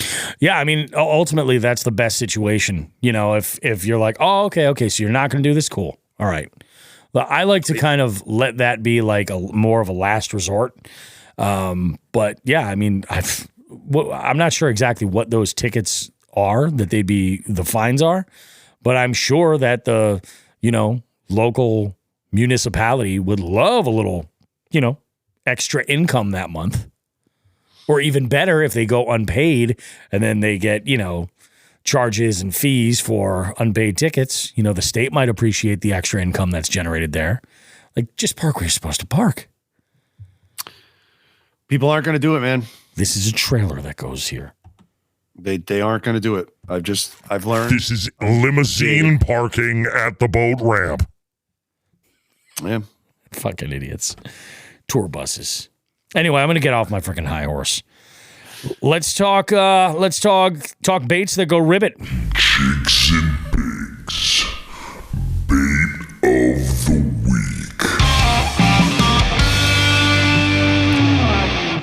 There is a trivia team that plays every once in a while at a couple of my trivia establishments, actually. And his team name is Damn, I Love Frogs, a.k.a. DILF. Or sometimes it's Man, I Love Frogs, a.k.a. MILF. And I appreciate that. But topwater frogs have almost like like as much of a huge cultural impact, but with the vibes of like a cult film. You know what I mean? Like, people love them to death. And they'll fish them all the time. They really will. I have a theory. My own personal theory with topwater frogs is I throw topwater frogs when I physically cannot throw another bait. Like, they have a job. It's like 4-wheel drive. Like, I don't drive around on, nice dry roads and like March with my 4-wheel on. Well, actually, that's a lie. I do periodically 10 miles a month to keep everything, functioning and all of that stuff, but like not for any other use than that. Like, it's like when I need stuff for that kind of heavy vegetation on top, that's when I throw a topwater frog. And I on our show for this, I listed topwater frog, and we called them slop baits. And I'm really kind of talking about baits that you can throw topwater on just the slop, on the worst, the heaviest of pads, the heaviest of mats. Like this is where you need specialty gear, Yep. I'm curious where you guys are. I think I know where Shawn's at for his favorite frogs. And I know his favorite frog, I think, is also one of my favorites and probably one of yours too, Joe. But let's go down the line. Joe, what are your favorite frogs? And you can break them down to like your favorite walking frog, your favorite popping frog, your favorite bait fish presentation frog. Yeah. So my favorite, and I kind of got into them last year, to where they kind of took over as my favorite, is the scum frog, launch frog. Yeah, those are cool. Yeah, I really, you really can get them out there, and they're soft. You don't have, a lot of people do that thing where they'll boil their frogs and everything. You don't even have to do that with this. And they really walk well. Whether you're in pads, you're open, and that's just the standard for popping. Right now, I really like the Vega frog from 6th Sense. I'm with you. That's probably my go-to popping frog right now. I'm drawing a blank on another frog that I really enjoy, and you and I talked about this years ago, Bobby, and I can't think of the friggin' name right now. It starts with an S. The one that has the Velcro on the back. Yeah, I forget the name of it. It wasn't a Spro frog. No, it's Is it a savage? No. Hold on, I'm gonna find it right now. Go ahead, look it up. Yep. I have 3 favorite frogs. One of mine is my favorite popper lately is the 6th Sense Vega. I think it's great. Actually, if they just made a walking style like that, I'd be all about it too. Simply because I like the more narrow body that it has than some of the other ones. But I think probably like my go-to when I'm like, okay, yeah, this just heavy slop.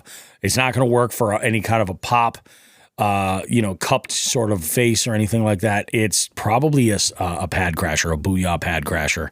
Is one of my. It's just so good. Those are still the iconic frog. Yeah. You know what I mean? Yep. They're like the OG. You can't. It's funny. I've wanted to throw the scum frogs, like the way the curvature of the body, the way it dips down low. I think it lends itself to a great hook set. Yep. And then I think probably my other favorite frog, is the Toad Runner. Simply because of the versatility with it. It walks really great, but in those situations where I want to, buzz it, it's also got that going on for it. So those are kind of like my 3 favorites. Stanford baits. Oh, it's Stanford. Stanford. Because I remember it wasn't like a huge company, but so for those of you who like to frog fish, and I have used them, they don't walk as well as I like them to, but so they have a little square of Velcro on the back of them. Yep. And the theory behind it is the bass's mouth is almost like a Velcro. So the theory that they have is once they hit that Velcro, it's just going to stick for that extra millisecond or whatever for you to have the ability to set that hook. So I used to sell them in the shop, and I sold a shit ton of them, mainly after I kind of told them that. But I'll be honest, I haven't. I don't know. I don't know how accurate or how like legitimate that is. Yep. But yeah. So my question for you guys is one of 2 things. What gear do you use for your frogs? Do you have, or 3 things? Do you have a specific technique? And do you modify the frogs at all before you throw them? Define technique. So like for me, one thing I really, one thing I try to help people on is I'm saying like basically the way you like hold your rod. So, if I'm in open water, I'll keep my rod tip down. I'll swim it that way, or I'll walk it that way. Yep. If I'm in pads and stuff, I hold that rod tip up and I walk it I work it that way because that helps keep the line from going underneath the pads, and therefore getting in the way of a hook set. So kind of like that shit. It's funny. I only recently made a change when it was heavy cover.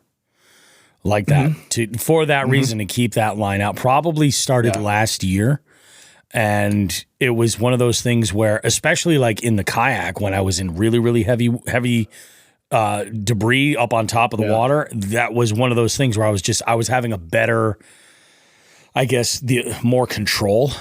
You weren't getting the frog that was getting pulled down because your line was going under a pad or something like that. You were able to keep it up on top. So I feel like that was kind of a little bit more natural. My gear, I have a 7.7 heavy Phoenix rod, courtesy of Gravy Fishing, actually. And I use one of the 13 Fishing Concept A's with an 8-speed reel. And I throw on my stuff. If we live further down south, I would 100% use 65-pound braid, but I keep 50 because I feel like for the level of vegetation that I run into the majority of the time, I can get by just fine with 50. I've never had it give me an issue. Yeah. So, I mean, I figured why bulk it up? I get a little bit better castability with it that way. And, I will use that rod for other presentations as well. Yeah, so I use 50 as well. Yep. You guys are pansies. I use 40. You use 40? I've been using 40 for years. I dropped down. I use 65 in Minnesota for a number of reasons, but I use 40 here. There are mainly the rice stalks. Yeah. There are other, parts of the country where I would for sure use heavier braid. But like we just don't really see the vegetation of like some of the other areas. It doesn't get as dense. I also punch with this same combo. I use it for punching as well. As far as technique goes, I think the biggest thing for me is if I'm throwing like a buzz toad or something along those lines. Like I really like throwing the Z-Man goats on a 5/0, thick, heavy, the 6 Sense EWG, the 5/0s are awesome because they're sticky as hell. They're super sticky, but they're also, which actually for the ElasTech works really great because it texposes just a little bit and they hold up really nice. I like throwing those goats because it's a little bit more of an abstract presentation. It's almost like kind of like a tube, really, with a couple of legs. And they're great for a lot of reasons. When it's a little bit more delicate of a bite, you want a smaller presentation. But what I'll do is I'll give a couple of quick cranks of the reel and then stop it. And it's great because it's just kind of like and goes sideways. And then I'll just crank it again. And that's usually when I hit that stop, like I'll try and stop around some vegetation, and that's usually where something will blow up. Yep. So for me, gear wise, I actually switched it up for this year, and just so everyone knows, tomorrow, I was actually just talking to Ryan Bogley. Tomorrow's kind of the name of the game for me is going to be frogs. But I switched. I got a new setup for frogs this year. I actually went with that the 6 Sense Vega frog rod. I went to it's 7.3 heavy. Yep. They built it specifically for frogs. I've casted it just to see how it is. It walks real well. I love the way it feels. I put it on I put a Shimano Corrado K200 MGL on it. So, and then 50 pound braid. Yep. So I'm looking forward to that. I have it tied on, ready to go. So I'm hoping to get some buzz bait and some frog bites tomorrow myself, but we shall see. Yep. Oh, absolutely. But there's nothing. I mean, there's nothing like seeing that toilet bowl swoosh. You know what I mean? When they grab that thing and just suck it right down. It's the best. It's the best. But I mean, it's like any other top water. It's the most exciting aspect. It arguably one of the most exciting aspects of bass fishing when you see that top water bite. Shawn, what are your frogs that you go to? I don't think we got to yours. I had to make a little list here. So I had a feeling you were doing that. Yeah, no, I had to think about it.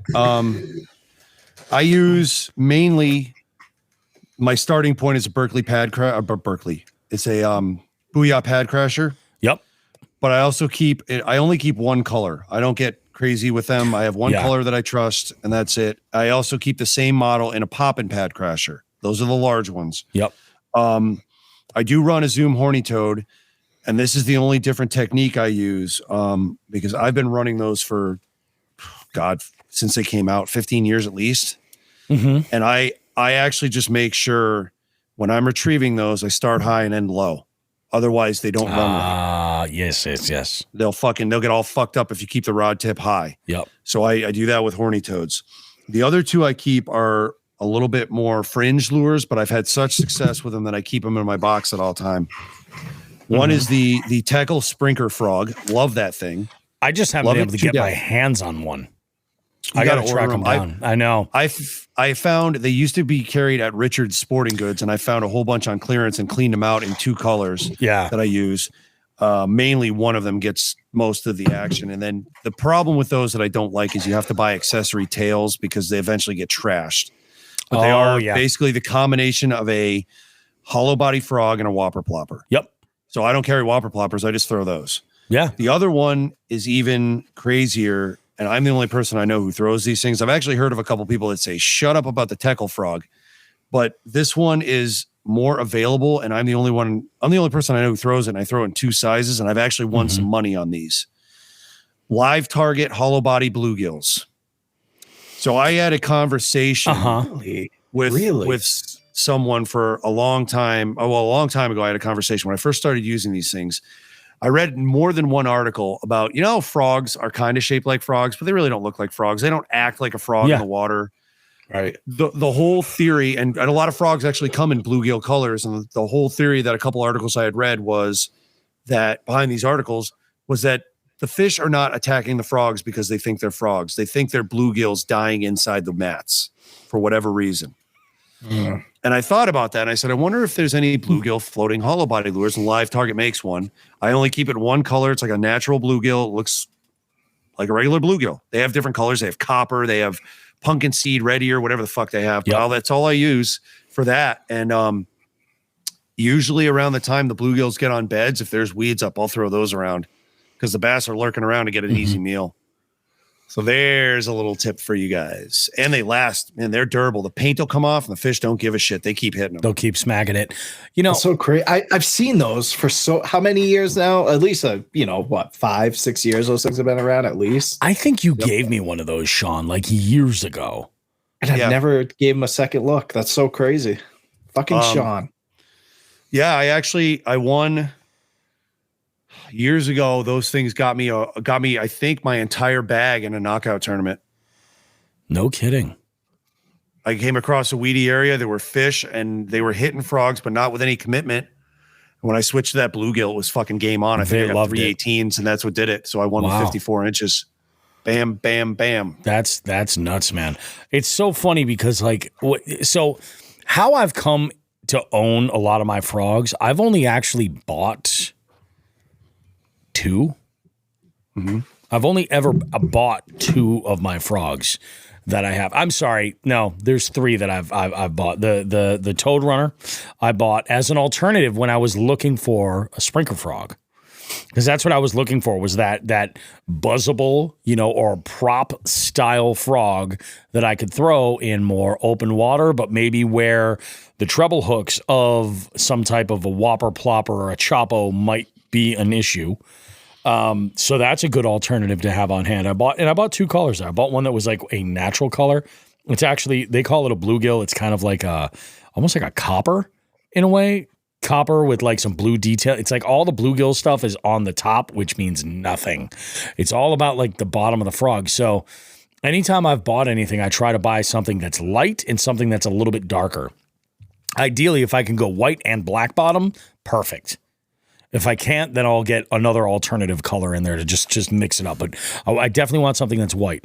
I did buy a Vega frog when it first came out, just because I was curious. And then all the other frogs I've ever, what was the third one? Is the third one I think was a pad crasher. Yeah, third one was a pad crasher in 2 sizes. Same frog, same color, just 2 different styles. And it's got a real natural sort of color. It's got more of a white on the bottom, but it's like it fades to a gray from one end to the other. I forget what it is. But so I'm like, all right, sweet. So I bought those. Every other frog I own is from some type of mystery tackle box or some sort of a subscription, something like that. So like I've got one of the Guggen Filthy Frogs in some crazy paint color, and I've caught so many fish on that thing. But the thing I like about the Guggen Frog is the shape of the nose, the original Filthy Frog. It lends itself so well to weaving in between pads and walking. It's unbelievable. And then I got a couple other poppers that are just like, they're so firm. There's no like real give. I should boil them.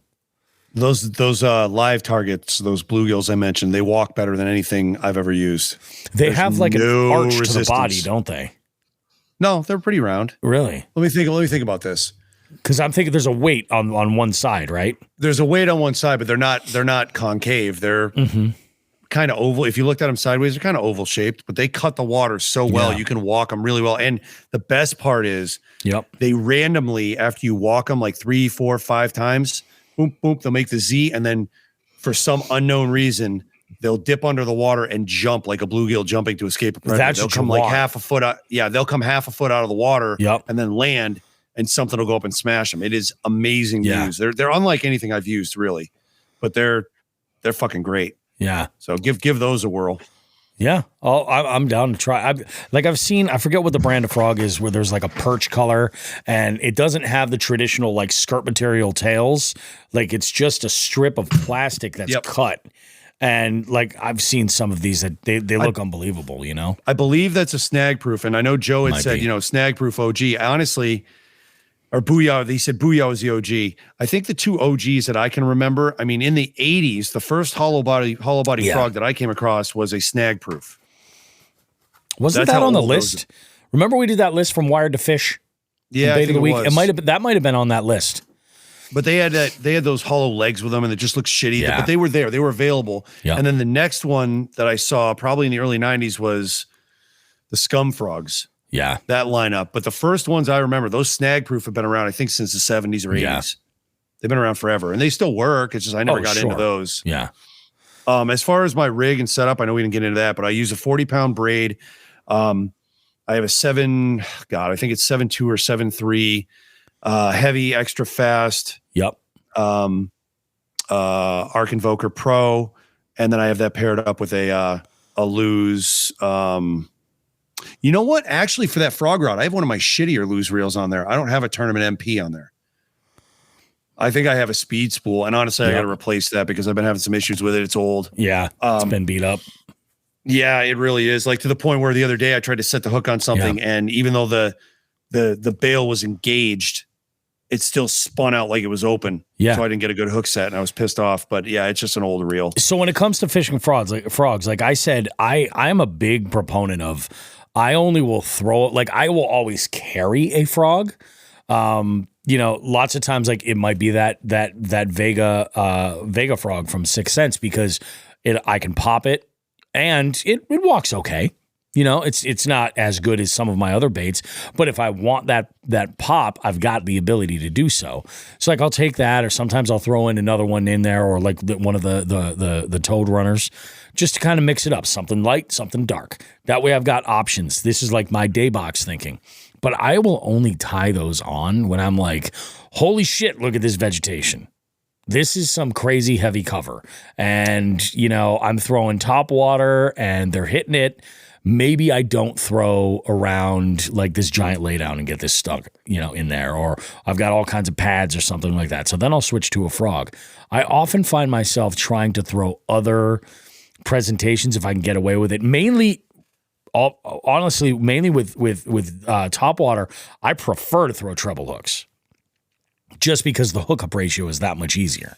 That much you have a better chance of getting a hook in a fish with that, at least from my experiences. How are you guys when it comes to frogs? Because I've fished with people who are just like, oh, look at this 45-foot depth open water. Dink, dink, dink, dink, dink. And I'm like, okay, not the presentation I'm going to think of, but maybe it works. I'll throw them shallow with or without weeds year round. Yeah. Absolutely, like post ice out and everything. I think we talked about this. I mean, the amount of fish I've caught on Zoom horny toads in 2 to 3 feet of water while they're waiting for things to warm up with no vegetation around whatsoever in 40 to 45 degree water. And I think I can't count. The key word there is shallow, and especially with like a buzz toad, because it's so downsized. When you're dealing with that low level of water, it's almost irrelevant that it's top water at that point. You know, it's negligible, the amount of depth.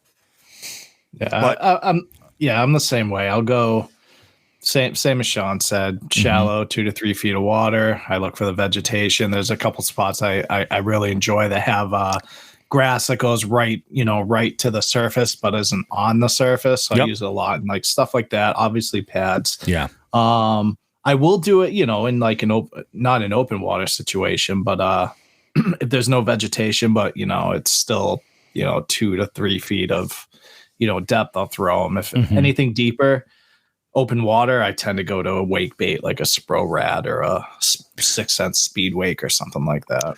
So let me ask you guys a question. Have you ever tried the old trick with, and this is old school, but a frog gets away with it better than most baits. Have you ever gone when you're fishing shallow from offshore, right? Have you ever thrown a frog into rocks on the shore and then yank it right back in as fast as you can and see what happens? Oh, I mean, not just specifically rocks, but yeah, I've thrown a frog up on the bank intentionally and then brought it back from there. Because you can totally get away with it. Well, with a frog, you can get away with it. I used to do it with floating Rapalas. I can't tell you how many I broke that way, but I believe it. On those 2 days I talked about in high school, when the dude Bud and I waded the Chicopee River and got over 160 smallmouth. Yep. We were throwing floating Rapalas. When those broke, we went to tiny torpedoes. We broke a bunch of those. Yep. We were throwing those up onto riprap and ripping them back in, and the smallmouth would whack them right as they hit the water. Yeah. With frogs, with hollow body frogs in particular, you can get away with throwing them into piles of broken glass and barbed wire. It does not matter. Yeah. You can yank those back in and they'll get smashed. And a neat trick is not just rock piles. If you've got a beach and you're there earlier in the morning, largemouth and smallmouth will patrol those beaches looking for any minnows or anything sleeping in the sand. Throw it up on the beach and yank it back in, and they will hit it like a fucking killer whale going after a seal on the beach. It is no joke. No shit. Okay. I have to give that a shot. It's a reaction thing for early morning prowling fish, especially at beaches, because when you have beaches, obviously during the summer, they get busy during the day. The fish are going to back off away from them. They don't want to be around the people because the people are loud and noisy and possible predators. But if you can throw them up on the beach and yank it back in, you will see some shit. I mean, just try it. Oh, yeah. I mean, it makes perfect fucking sense. Yeah. I mean, again, they may think it's a frog. They may not. I don't give a shit. I have seen way too many. Actually, the place I'm thinking of, Bobby, was the place we got all our nibblers up in the Berkshires. And I threw a floating Rapala up on the beach one day and said, well, it's not going to break now. And I yanked it back in, and thank God I didn't get any weeds on it. And it ducked under and took 2 or 3 wobbles, and it got the wake that went up on the beach was disgusting. It was like a 4.5 pound largemouth. Just went boom, and then it turned, and that's when I set the hook, when I knew it was towards me, because I don't want to set the hook and rip it over its head. But yeah, that was fucking awesome. So try that. I got a question there from Binya. He's asking, do I rig those horny toads with an actual toad hook or just use an extra wide gap? Neither. I use an owner 5/0 twist lock, because I have destroyed so many toads using an extra wide gap hook. They rip right through. Those extra wide gaps last forever. And well, for the most part, I mean, the fish get hit. They're going to get hit. They're going to get torn up. But I use 5/0 owner twist locks with the so when they have the spring on the top, they have a guide pin. That's what makes the center pin. Owners, That's what you want. Yeah, like a center guide pin. Those are the best. I've tried a number of the toad hooks that don't have that center pin, and I've stuck with the owners for probably 10 years now, and I've caught a lot of big fish out of shit on those hooks. And I will say that, like, I agree. I think that the center pin hook with a more conventional plastic buzz toad of any type, that's the move. That's the best rigging you're going to get. Rig it up nice and straight, rig it the right way. The one benefit that I do like about using the Z-Man stuff, number one, is the fact that it floats, so you can pause it and sit, and that's nice. But you can just throw it on an EWG, and it lasts forever. Yeah. That's the one trade-off right there. But I mean, if there's like a Zoom horny toad that you're into, or whatever brand of buzz toad that you're in with, I think that the center pin screw lock hooks are the hands down the best way to rig them.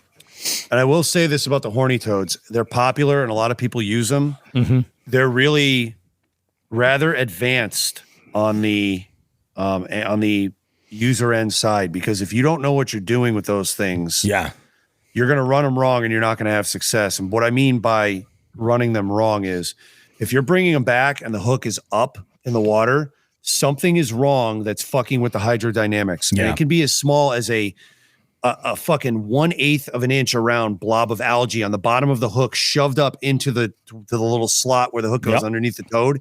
It will fuck that up. If you're using green braid, if you have that same blob of algae on the knot, it will fuck up the hydrodynamics and it will flip it.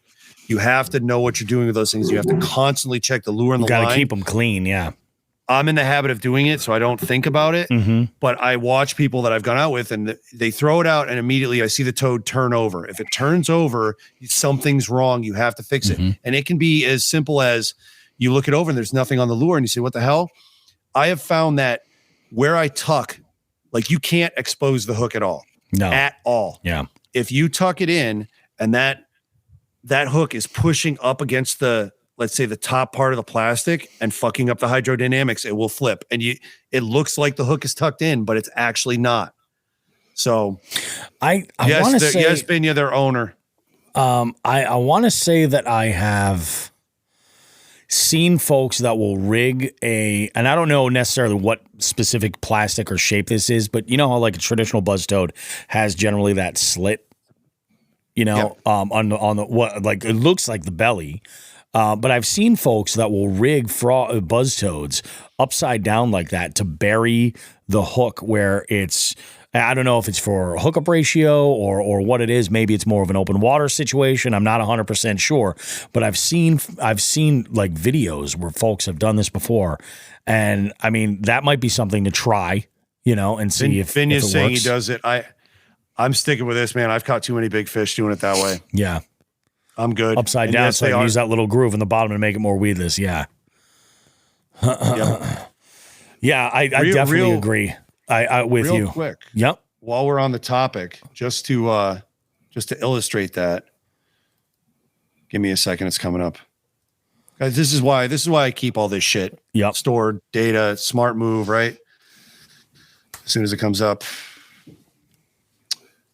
So, all right, just for numbers. So between 2009 and now, all right, and they've come off a little bit because I've become more of a deep water fisherman. Yep. So hollow body floating bluegill. All right. I've got 5 fish on those over 17 inches. 3 of them were the 18 in one day. All right. Hollow body frog.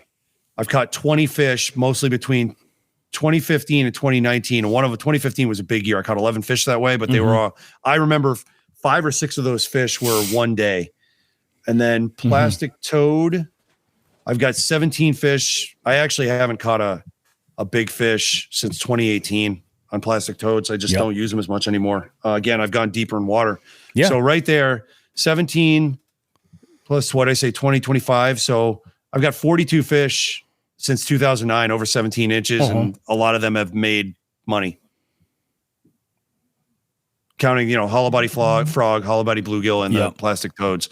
They're there, man. I've caught them. And before 2009, I mean, I was almost exclusively a topwater fisherman. Yeah. Almost exclusively. And I can't tell you how many fish I caught on Zoom horny toads. Yep. So there you go. Give them a whack. Try your hollow body bluegills too, folks. They're worth it. Don't forget your slop baits, folks. Do not forget those goddamn slop baits. Throw them. I think it's drum time, right? Is it drum time already? It is, and we're going to work on a new intro for that too. We are. We got ideas. Welcome to drum time. Welcome to your Dothraki wedding of the week, of the century. As Bobby and I talked about. True. I got 4 things for you guys. We're going to start off with something with a little bit of whoring, Bobby. Bobby wanted, we talked about this. We came up with a plan. It's true. I like plans. Your friend, yeah, we like plans. Your friend and my friend, folks, Bobby Roast Beef, has been throwing an idea around, kicking an idea around for about 2 years, and then reached out to all of you folks to say, what do you think? Jigs and Bigs will be running a 1-day bass tournament in July. And because it's going to be nationwide, it's going to go, I'm going to give some brief rules on how we're going to run it real quick. It's going to be a slot limit. So if you're not going out there and catching 20-inch fish every day, it's all right. All you have to do is catch as many fish as possible between 12 and 17 inches. And I'm going to hammer this home for the next couple weeks. When I say 17 inches, that does not mean turn in a 19 and say, well, it reaches 17. That will be disqualified. If you turn in a fish that's tail ends up between 17 and 17 and a quarter, does not touch the 17 and a quarter line, that is legal. That's a 17-inch fish. Cool? Very good. cool. We're going by quarter inch. Yeah. Yep.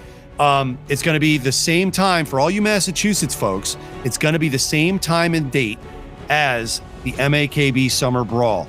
Nice opportunity to double dip, folks. Yeah. 2 tournaments the Definitely. same day, and bigger fish will count for the MAKB one. Okay. And It's this, an opportunity. This Oh, is good. nationwide, and the slot limit is there to even the playing field amongst everybody. So it's like, Yes. think of it as like a catch-em-all type situation, but you're targeting these fish between a specific measurement. And it is total length. If you catch, I think I limited, nobody's going to catch 100 fish. Yeah. All right. I In a limited day, at yeah. 100.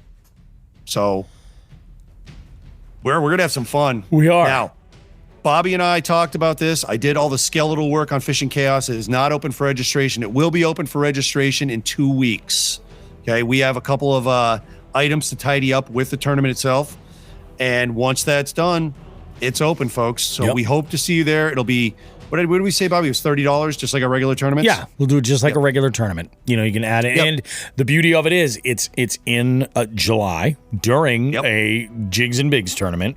So here you have an opportunity to just carve out a day and say like, okay, we're going for bass and we're going for bass in this size. Let's get some numbers. Boom. Maybe you need help in your NE5. You can add those to your NE5. You know, those images, pop that identifier on there. Make sure you got both. Exactly. There key. will be a separate identifier. And also, I lost my train of thought. I've been losing my train of thought. I partied a lot this week, man. I really killed a bunch of brain cells. I know you're partying now. I'm partying a little jealous, now. But I know. We're party time. Party time. But more details will come. It'll be the same payouts. Same payouts that we use for the Jigs and Bigs and the Chronic Trips tournament. It'll be the same rules for the most part. Yeah. Where you can fish from shore, any vessel. Binya. No, all fish do not count. Only 12 to 17 inches. Yeah.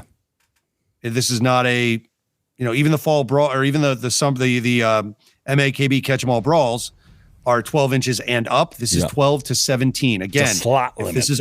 If I see it touch a 17 and a quarter inch line, it doesn't count. All right. You're out of here. Out of here. All right. And I'm going to save it. I got a little bitching to do later about our tournament. We'll get into that. But it'll be the same rules. If you want to go out and use bait, as long as it's legal in your state, go ahead. This should be fun. Again, Massachusetts members, you'll have the opportunity, if you're a member of MAKB, to double dip. And I did, just to make sure we weren't stepping on toes. We all like to be friendly with each other. Yeah, I of gave course. Ken a call and said, hey, we're planning on doing this. What do you think? And he said, go for it. He dude. said, Gave me I don't 2 care what the thumbs up. fuck you do. He slapped me 3 times across the face because he likes me. It's true. Yep. Party time. So yeah, and it's black bass, all largemouth, all smallmouth. And for those of you folks in the West and the South, spots count too. Yep. Anything else? Yes. Rock bass don't count. Stripers, which I'll get into later. Stripers and any hybrids do not count. God damn it. And calico bass are actually crappie. They don't count either. Yep. So largemouth, smallmouth, spots. Okay. I think that's a good enough teaser, don't you, The Bobby? people have been asking for it, and all we're doing is delivering. That's it. Hey, you're All we're asking doing for it, is all right. delivering for you sons of bitches. It We're will like be- DiGiorno. Wait. Yeah. We're just to give everybody a heads up too. Purchase your catch board. as soon as possible. This is going to be a catch only. I don't want to see fucking musky boards. Catch only. No hog troughs, no copper Cabela's and Walmart fucking measuring rulers. Catch board. KETCH. Get them now. Thank you. This is going to be so much fun. I'm done lecturing. Fuck. I do have the final for Jigs and Bigs. Oh. All right. We'll get, actually, you know what? Yeah, we'll do that right now. We'll go over the final for Jigs and Bigs. Pardon me 1 second. I had something else up on the Fishing Chaos, and I was getting ready. Bobby, why don't you tell everybody what the name of our tournament will be for the one-day bass? Oh, the one-day bass tournament, guys. We're calling it the Midsummer Mayhem Tournament. Yes. You're going to love it. Midsummer Mayhem. It's going to be a good time. I got to get some applause ready for these Jigs and Bigs results. So this way we're ready to go. And if we have any bad news, I've got a reaction for that too. You know what I did, man? Oh, I wrote all this shit down and forgot about it. Maybe I did really I thinned the herd out this week. Yeah. I thinned the herd out. Thin the herd. I did. Jeez, man. All right. I want to start with our two runners up because they did a kick-ass job. This was a rough tournament. There were a lot of points on the board. Two folks finished with double-digit points and were out of the money. Isn't that insane, dude? Yeah. And I should make mention before I get into this, I think this was the most entries we've ever had in a tournament. 573 fish were turned in. Yeah. In a month. It's insane. Excellent job, everyone. We had 41 anglers and I think 38 caught fish. Correct. Yeah. Yeah, it was crazy. This is a monster. Thank you. Thank you guys very much. First off, in 8th place, Binya, Mike Hansen, 10 points. Nice job, dude. Nice job. Going right into 7th place. Now, this tournament paid out 6 spots. 7th place with 11 points and losing on 1, 2, 3 on the third tie on the second tiebreaker was Chris Mellowship of A-Bay Lures. Unbelievable. And it should be noted, Chris only registered like a little bit later into the month too. You know, I mean, excellent job, Chris. Exactly, Chris. Yes, great job. 11 points. I'll get into the tiebreaker scenario in a second. 6th place, again, due to tiebreakers with 11 points, Sam Tomaszek, the winner of the Chronic Trips in April. Great job, right. Sam. Killing it. Again, with 11 points at 5th place, Jerry Multi-House. Freaking Jerry. Another person with 11 points in 4th place, and I topped the heap of 11 pointers, was myself. And here's how the tiebreakers went. First tiebreaker is number of species caught. So what I do is I look at the number of species that have submissions, and then I go into the NE5 to see if there's anything different. Yeah. Just to make sure. If a fish has been called out, I'm not looking through calls. No. I don't have time for that shit. I will make note of that in the rules. I'll write it that way. Note from management, I'm not looking through fucking calls. Thank you. So with species count, I had 10. Then Jerry had 9. Easy enough. There's your 1 and 2 for the tiebreaker. Number 3 and number 4. Sam and Chris both had 8 species. From that point, you have to look at number of submissions where Sam had 54 and Chris had 8. Or excuse me, Chris had 18. I apologize. So that's how close it was. We had to go to the second tiebreaker to determine the final payout spot. It was nuts. And let me just point out, like, this is why these rules are in place, because these situations are possible. Exactly. You know? Now I want to say something. We talked about this, Bobby, and it kind of blew your mind the other day. Yep. I caught some fish in this tournament that were decent. I'm not going to lie. I didn't catch fucking trophies. I didn't get any state pins. Nope. I put up 11 points with 10 different species and my NE5. And no lunkers at all. Nothing. I didn't win any categories. Yep. So for everybody who goes out and says, oh my God, somebody put up a 21-inch bass on the third day. No I can't do that. Yeah. You can fucking do it. Yeah. Because, I mean, I'm going to use Chris as an example. Chris jumped in late. Chris caught nothing but monsters. He did. He won. He did. I had a DQ, a 21-inch smallmouth, and I think he went out and caught a fucking another one. Yeah. He was just like, okay, DQ all you want. I'll catch more.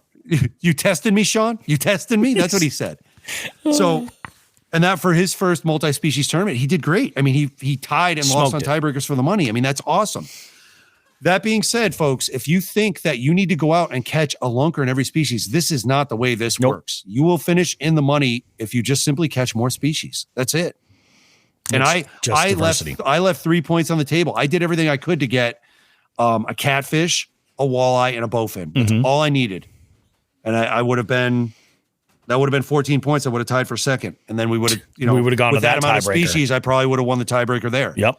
Because I think Dave Shade won a couple lunkers in somewhere. Yeah. I think he got catfish, right?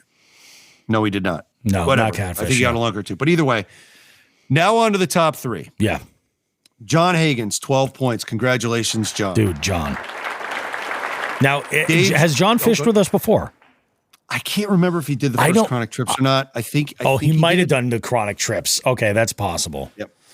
Second place with a magnificent 14 points. Dave Shade. Fucking A. Out in Colorado, right? No, Dave is not in Dave's Colorado. local? Yeah, Dave's more relatively local. I'm not 100% sure. I want to throw this out there. Had a conversation with one of our listeners, Jeff Caldwell. Great dude. Right. Love Jeff. He's awesome. He brought it to my attention that Dave caught all of these fish while bank fishing. He was that's awesome. on the bank for all of them. So when folks think like, oh yeah, but you can fish from a boat, you can do a kayak, you can do the bank. It's like, obviously the bank anglers are going to, be more of a challenge. It can be done. And we're going to have Dave, I got to track him down. I can't find him anywhere. So Shawn, if you have his email in Fishing Chaos, I got to get in touch with him because I want to have him on the show. We're just going to talk bank angling, I do have his contact info. I will have to reach out to him. I will talk to him because I made a little change. Just jumping in here with some random bullshit. I love random bullshit. Going forward after this chronic trips for Jigs and Bigs, from the July Jigs and Bigs on for the rest of the year, I noticed Ken Wood did it this year for MAKB, and I got very jealous, and I didn't realize it was possible. He put in an information slot on Fishing Chaos. When you register, you will also put in your preferred method of payment should you win, PayPal or Venmo, and an address to reach at. So it makes it so much easier. I did that for our tournament coming up, and I will be reworking the Jigs and Bigs chronic trips going forward. They are not done this month, but that's pretty awesome. That's great. So first place, unbelievable. 15 points and spotted everyone 2 weeks. Yeah, he did. Brant Rowland, congratulations, Brant. Welcome back to Jigs and Bigs winning circle. Unbelievable, Brant. Unbelievable. And it is. You nailed it. He even said, here's 2 weeks. I'm going to get into this for the second half of this month. And that's all it is. I mean, and I'm going to kick you all in the taints. He really did. Like, what an amazing month. What an amazing tournament in general. My experience from this was amazing. This is the best I have ever done in any kind of a tournament, and I've been delighted with it. It's been fun, and it's been everything I wanted. The engagement with you guys, the DMs, because I've been getting messages from people with catches and stuff, and also like hitting me up with questions and stuff, and I love that. That is great. So you appreciate it.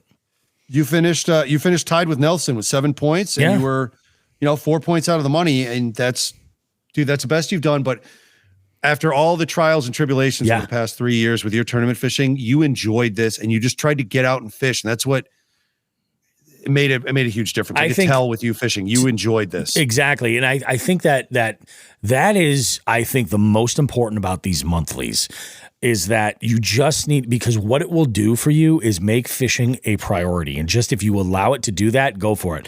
I had a conversation with Paul about the monthlies, and his wife, I forget how the conversation kind of went together. Tournaments came up, and she said, "How come you don't do any tournaments?" And he's like, "Well, the ones that Jigs and Bigs does, they're a monthly thing, and I only get out like once a week for a couple of hours here and there. It's like it's not really.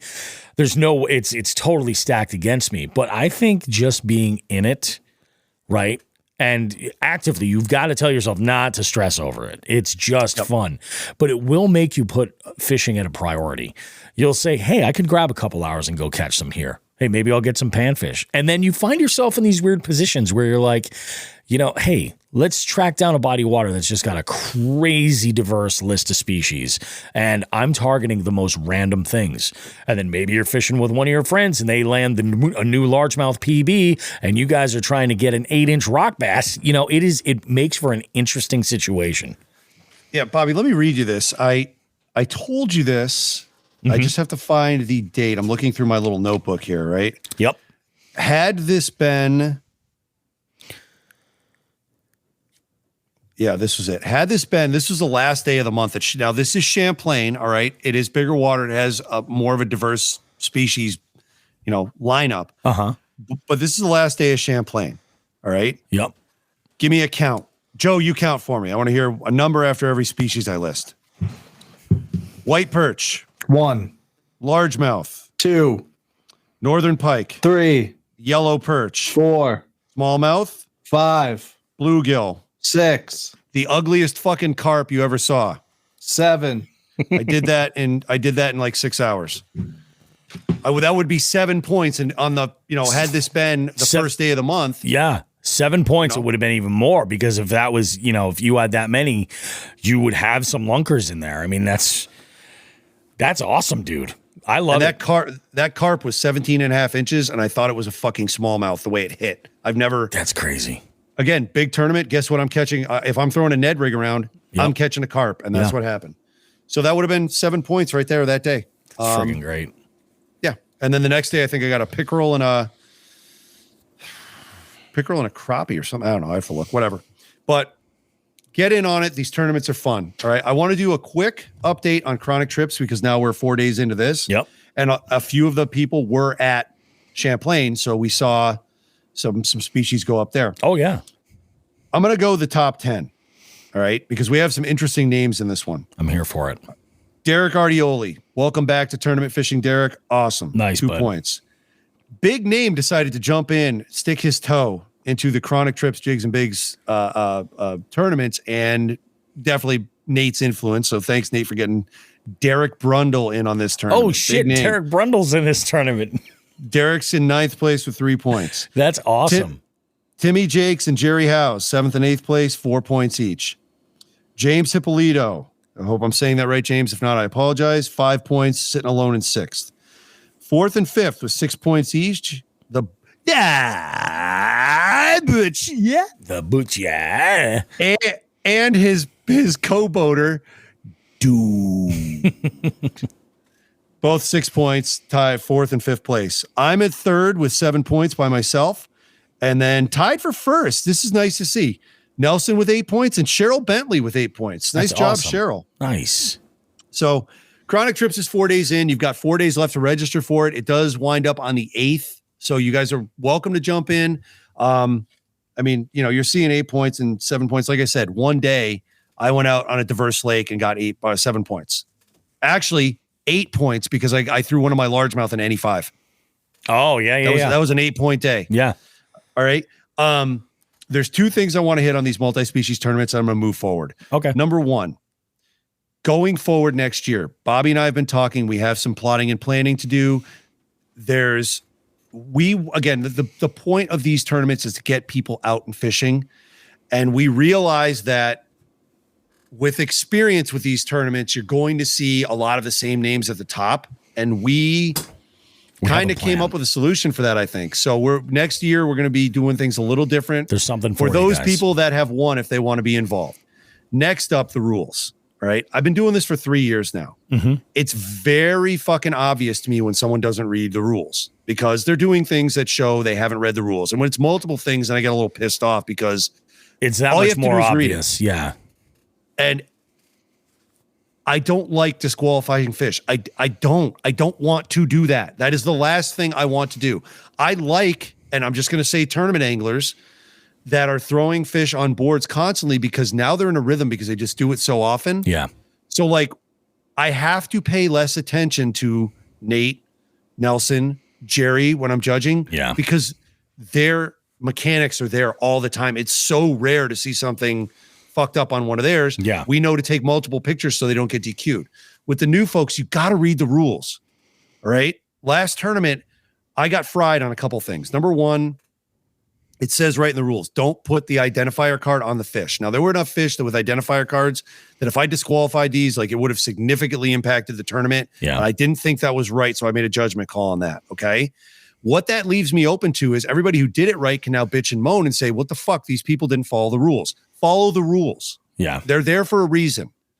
The second thing is, Actually, you know what? There's three things. The second thing is the boards have a lip on them that are a vertical surface. I don't know what the problem is, but I saw a number of fish that I had to DQ whose lips were over the boards. Like, I know that means that the fish is longer. All right. But now I can't judge how the actual length is because it's away from its baseline. It's away from the 0 point. Yep. So what am I supposed to do? Just make up a number? I'm not doing that. It's simple. Put the fucking lip up to the board. And then the third thing was the species. I'm gonna bring up the one example because it drove me nuts when I saw it. I don't want stripers or any sort of their hybrids in the freshwater jigs and bigs tournament. The reason for that is, all right, there's a fishing chaos thing, and honestly, with all smartphones, I'm not going to say it's just fishing chaos. It's smartphones. You can fuck with data, okay? So if someone shows me in Rhode Island or in Massachusetts they turned a fish in from their house, like they could have, all right? But they also could have gone out and caught a 40-inch striper and turned that in from their house, and I won't know it. And that's a saltwater striper. So inland, the guys are actually catching freshwater stripers and wipers and anything else they breed with. I have no way of knowing on the coast if they actually came from the shore because a lot of people don't use the app to take their pictures. How can this be solved? One way is there's a test on Fishing Chaos in your profile, dashboard profile, and then it's test settings. Go through all of them. If it tells you pictures from your camera roll are failing, you need to go into your camera and change the settings so that all that data is available. Yeah. But bottom line is I'm not accepting fish, and drum are the other ones. Drum and striper are the two big ones. If something can live in salt water, it is not being accepted in the Jigs and Bigs tournament. Yeah. White perch live in freshwater and brackish water and not the ocean. Stripers live in the ocean and don't always live inland. So stripers aren't being accepted and drum are not. They're available for chronic trips because I don't care where they come from. Yeah. But for jigs and bigs, it's freshwater only. So there you go. Yeah. It's got to be tough too. And the thing is that, like, you know, that's what it is. It's all about having the right settings on your phone when you're taking that picture. Because I get it. You might be in a situation where you can't upload from the location of where you are. And maybe, hey, you got the boat on the truck and you're ready to take off and uploading your fish is not on your mind. Then you're like, shit, I never uploaded those fish. So then you do it from your house. If it's not getting the data from the picture and you're not taking the picture through the Fishing Chaos app, all it's using is the upload point is what it's showing you. Yep. You know, it's not like people are out there maliciously changing that data at the majority of the time.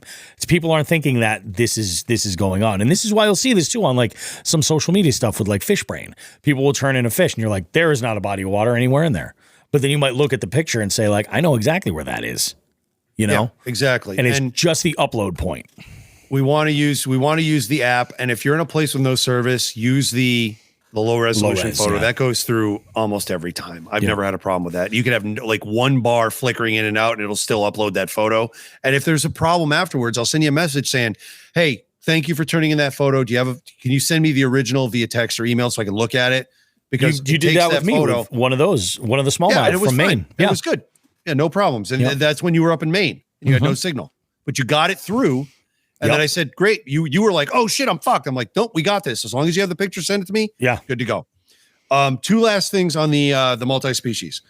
So I announced the winners. We'll be doing the giveaways for this next week. I just got back from Champlain this afternoon. I did not have time to organize all the shit with the name picker. So we'll do that next week.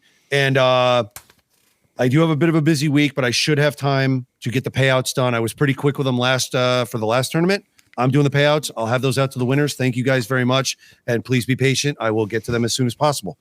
One last thing I want. We didn't mention this, but with the sponsors, I got a large package in the mail from our boys at Fresh Baits. So we will be adding the Fresh Baits prize to this tournament. Nice. To the drawing for this one and going forward for the rest of the year. Thank you to Tony and John at Fresh Baits. You guys kick ass. If you guys haven't used Helamites, I was throwing them around and I got a few panfish that ended up on the current Chronic Trips tournament. I believe I got my perch and a bluegill. I caught something besides a perch, maybe the pickerel, whatever. But the Helamite did a pretty good job up in the north by Canada. They like that shit. The last thing I have to talk about, I just want to run over the standings real quick for the EKF event that we just had at Champlain. I'm going to go through top 5 here just to show the bags. This was intense. Obviously, it was a spawn tournament, so people were finding big fish on beds. Yep. Fifth place, friend of the show, Mike Morcone, 97 inches even. Nice. 4th place, Jake Angelis, 97 and a quarter. 3rd place, out of nowhere, I met this guy. He's in our neighborhood, man. He's in Central Mass, and he has popped up on the radar out of nowhere. He is putting up big bags everywhere. Ray Morales. Nice. Great job, Ray. Yeah. He had 97 and a half. Ryan Metalevich, 97 and 3/4. And then the winner, Nick Audie, who's been on fire, 99 inches. That's the top 5, just to show where we all landed. Nelson finished the best out of our house, 93 inches. He was the only one of us to crack 90. That's a big bag. Great job, Nelson. That was good enough for 12th place. So he put up a 19 and 4 18 and a halves, and that was only good enough for 12th. That's fucking crazy. That's what kind of tournament that was. Let me see. So Nelson was 12th, and then I finished 23rd with 88 and a quarter. That was 19 and a quarter, 7, the 3 17s and a 16, all a change. Yep. Jerry Howes was up next. Jerry had 85 and a half. He finished 29th. And Andrew Heath was 80 and a half. He finished 35th. Who am I missing? John finished 42nd with 68 and 3/4. John was really indecisive on where he was going to go, and he just kind of came out with us. I should make note again, these standings are not yet finalized for us. There was a little bit of an issue that may or may not be resolved by tomorrow. We'll find out. A little bit of a logistic thing with a rule. I'm going to be cryptic. These things. Yeah. Well, it's not sorted yet, so I'm just going to not talk about it. That's all I have for tourney time. Next week is actually 4 days from now is my wife and I's 16th anniversary. Oh, dude. We are going next weekend to celebrate that. Thank you. There will be no fishing. There will be only a nice, relaxing weekend alone, away from the kids. And yeah, looking forward to it. Nice breather. And then the week after, man, we got Lake Onoda. So I'm going to do a little bit of fishing with some practice this week. So I will have something to talk about next week. Nothing for tourney time other than Chronic Trip stuff, but and our giveaway. So I think that's a bow on that, dude. Yeah, I'm good. I think we are good. Let's take a quick break, guys. We're going to spin this one around, and when we get back, we got our guest, Tim Bender. He is in the beef seat. We talk Colorado. We talk his day job quite a bit. If you're into food, you're going to love this guy. 100%. And we talk about him making a real kind of a transition from primarily a fly angler fishing for trout to getting into fishing for bass. So you're not going to want to miss out on all this stuff. We've got much more Jigs and Bigs coming up right after this.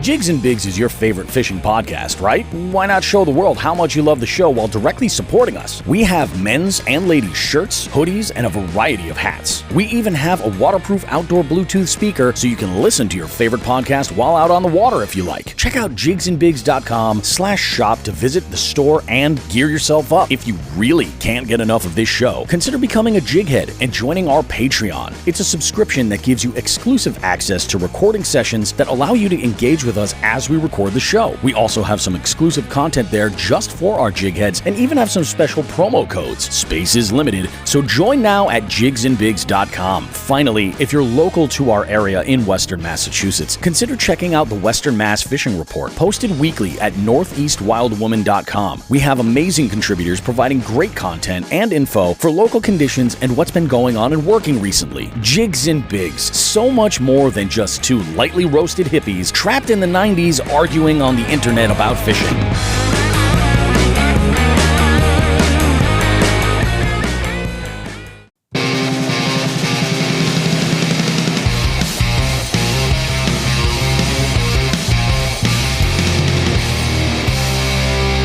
Alrighty, guys, we're back. Jigs and Bigs. We've got a guest in the beef seat this week, guys. We got Tim Bender, and Tim's reaching out to us all the way from Colorado. which I believe for a long time was the furthest west I had ever traveled in this country. The furthest west until I started going to Vegas routinely. But Colorado, amazing state. Not a spot I would assume is a hot spot for bass fishing, but we're going to find out about this because he's kind of made. I would like maybe this isn't the best way to say this in this current day and age, but Tim has kind of made a transition from the trout world to getting into more multi-species. And you were involved with our Jigs and Bigs tournament in the multi-species scavenger hunt. So yeah, that was so much fun. I had the most fun with any of them I've ever done this month. I don't know what it was. It was just amazing. I mean, granted, I put in like the trip of a lifetime up in Moosehead and stuff. Well, we'll talk there. Tim, I'm a sucker for an origin story, like knowing where everything kind of started and everything. So starting way back from the beginning, tell me about how it was you got introduced to the outdoors in general, specifically with fishing, and how it kind of brought you on this course. And let's talk about that switch over from, I think the more, what people would consider the more typical West Coast style of fishing. I'm assuming fly fishing when it comes to trout, right? Yeah. So let's talk about how you, the most popular out here. Yeah, let's talk about how you kind of got into it as far as diversifying what you're catching. Let's see. So, as a kid, trout fishing with my dad all the time. And sunfish too. I have early memories of pulling in little 12-inch stalker trout on the Panther Martin spinner. So. Yep. That'll get you hooked. And then, I've always kind of fished throughout my life, but I definitely took like a 10-year break. I didn't fish at all. And kind of just like recently found it again. I think I'm not exactly sure what the catalyst was to spark that again.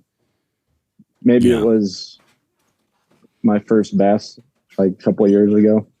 That probably was it. That'll definitely do it. Yeah, man. So yeah, fishing all my life. And then, I grew up in Vail, Colorado, up in the Vail Valley. So outdoors is just a way of life. Yeah. Always fishing up there.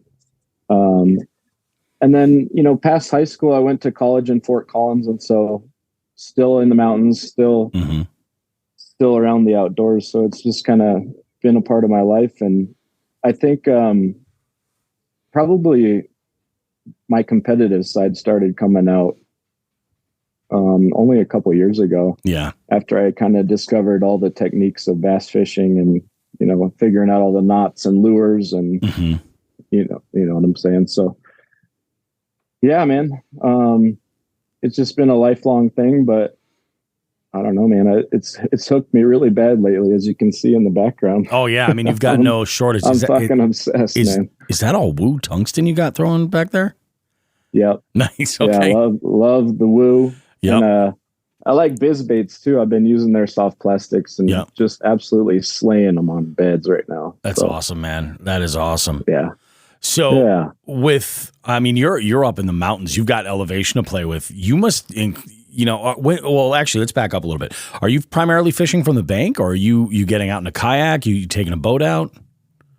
I'd say half and half right now. So I've got my little inflatable pontoon, the one-man pontoon with my Minn Kota 30-pound thrust. Nice. 2 miles an hour tops.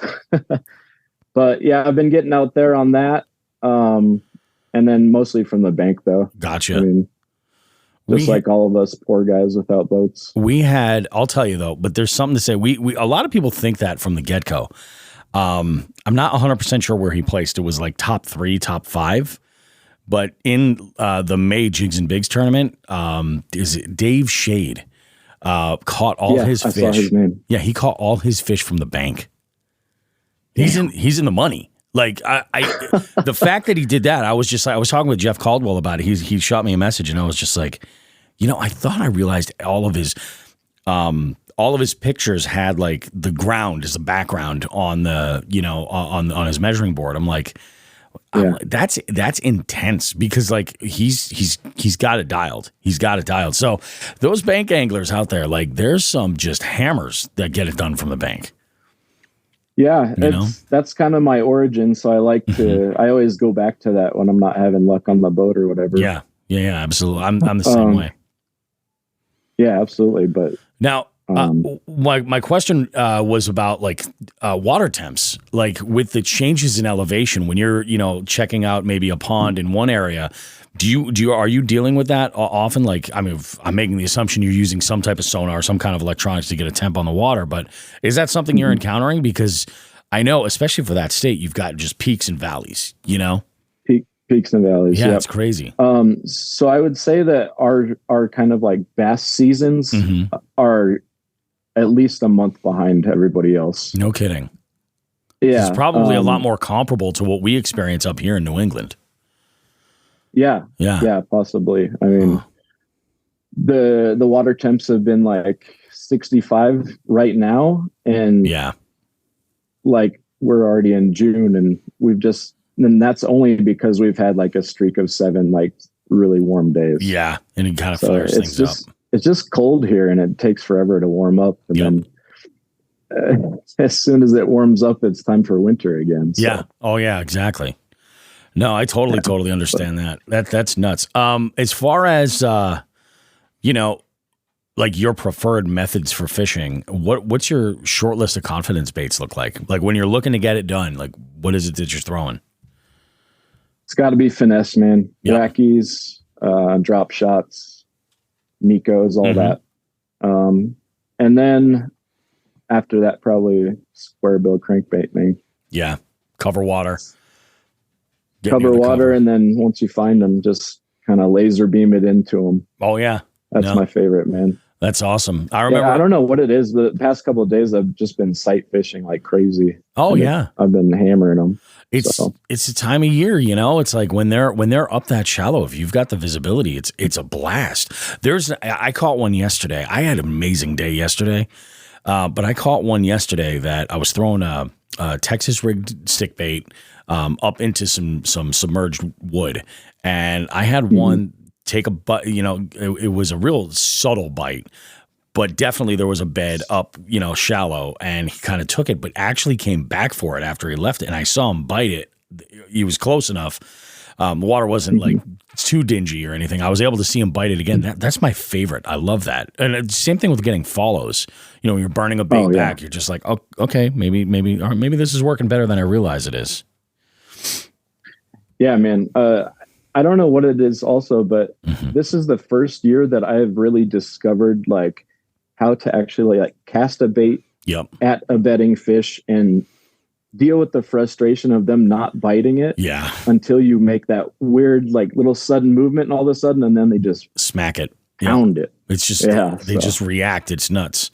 It is. And there's a certain sort of discipline when it comes to bed fishing. There's a certain sort of discipline and then like a certain sort of etiquette. Like you got to return that fish quickly and everything. And I've had some people give me a hard time about bed fishing. And I'm like, you just don't understand. They got to go right back where they were so they can do what they're doing, And especially with a tournament, I can remember, sight fishing this is after the Cinco de Mayo trip. So it was like mid-May. And this one pond where I've had some success getting into some average size fish of like maybe about 16 inches or so. I went in there and they happened to be up on bed. So I said, okay, we'll go ahead. We'll get them there. And it was, take them out and measure them as quickly as possible. Take the 1 inch penalty for an open mouth to ensure they get back where they are. And then, we're good to go. But that is wild.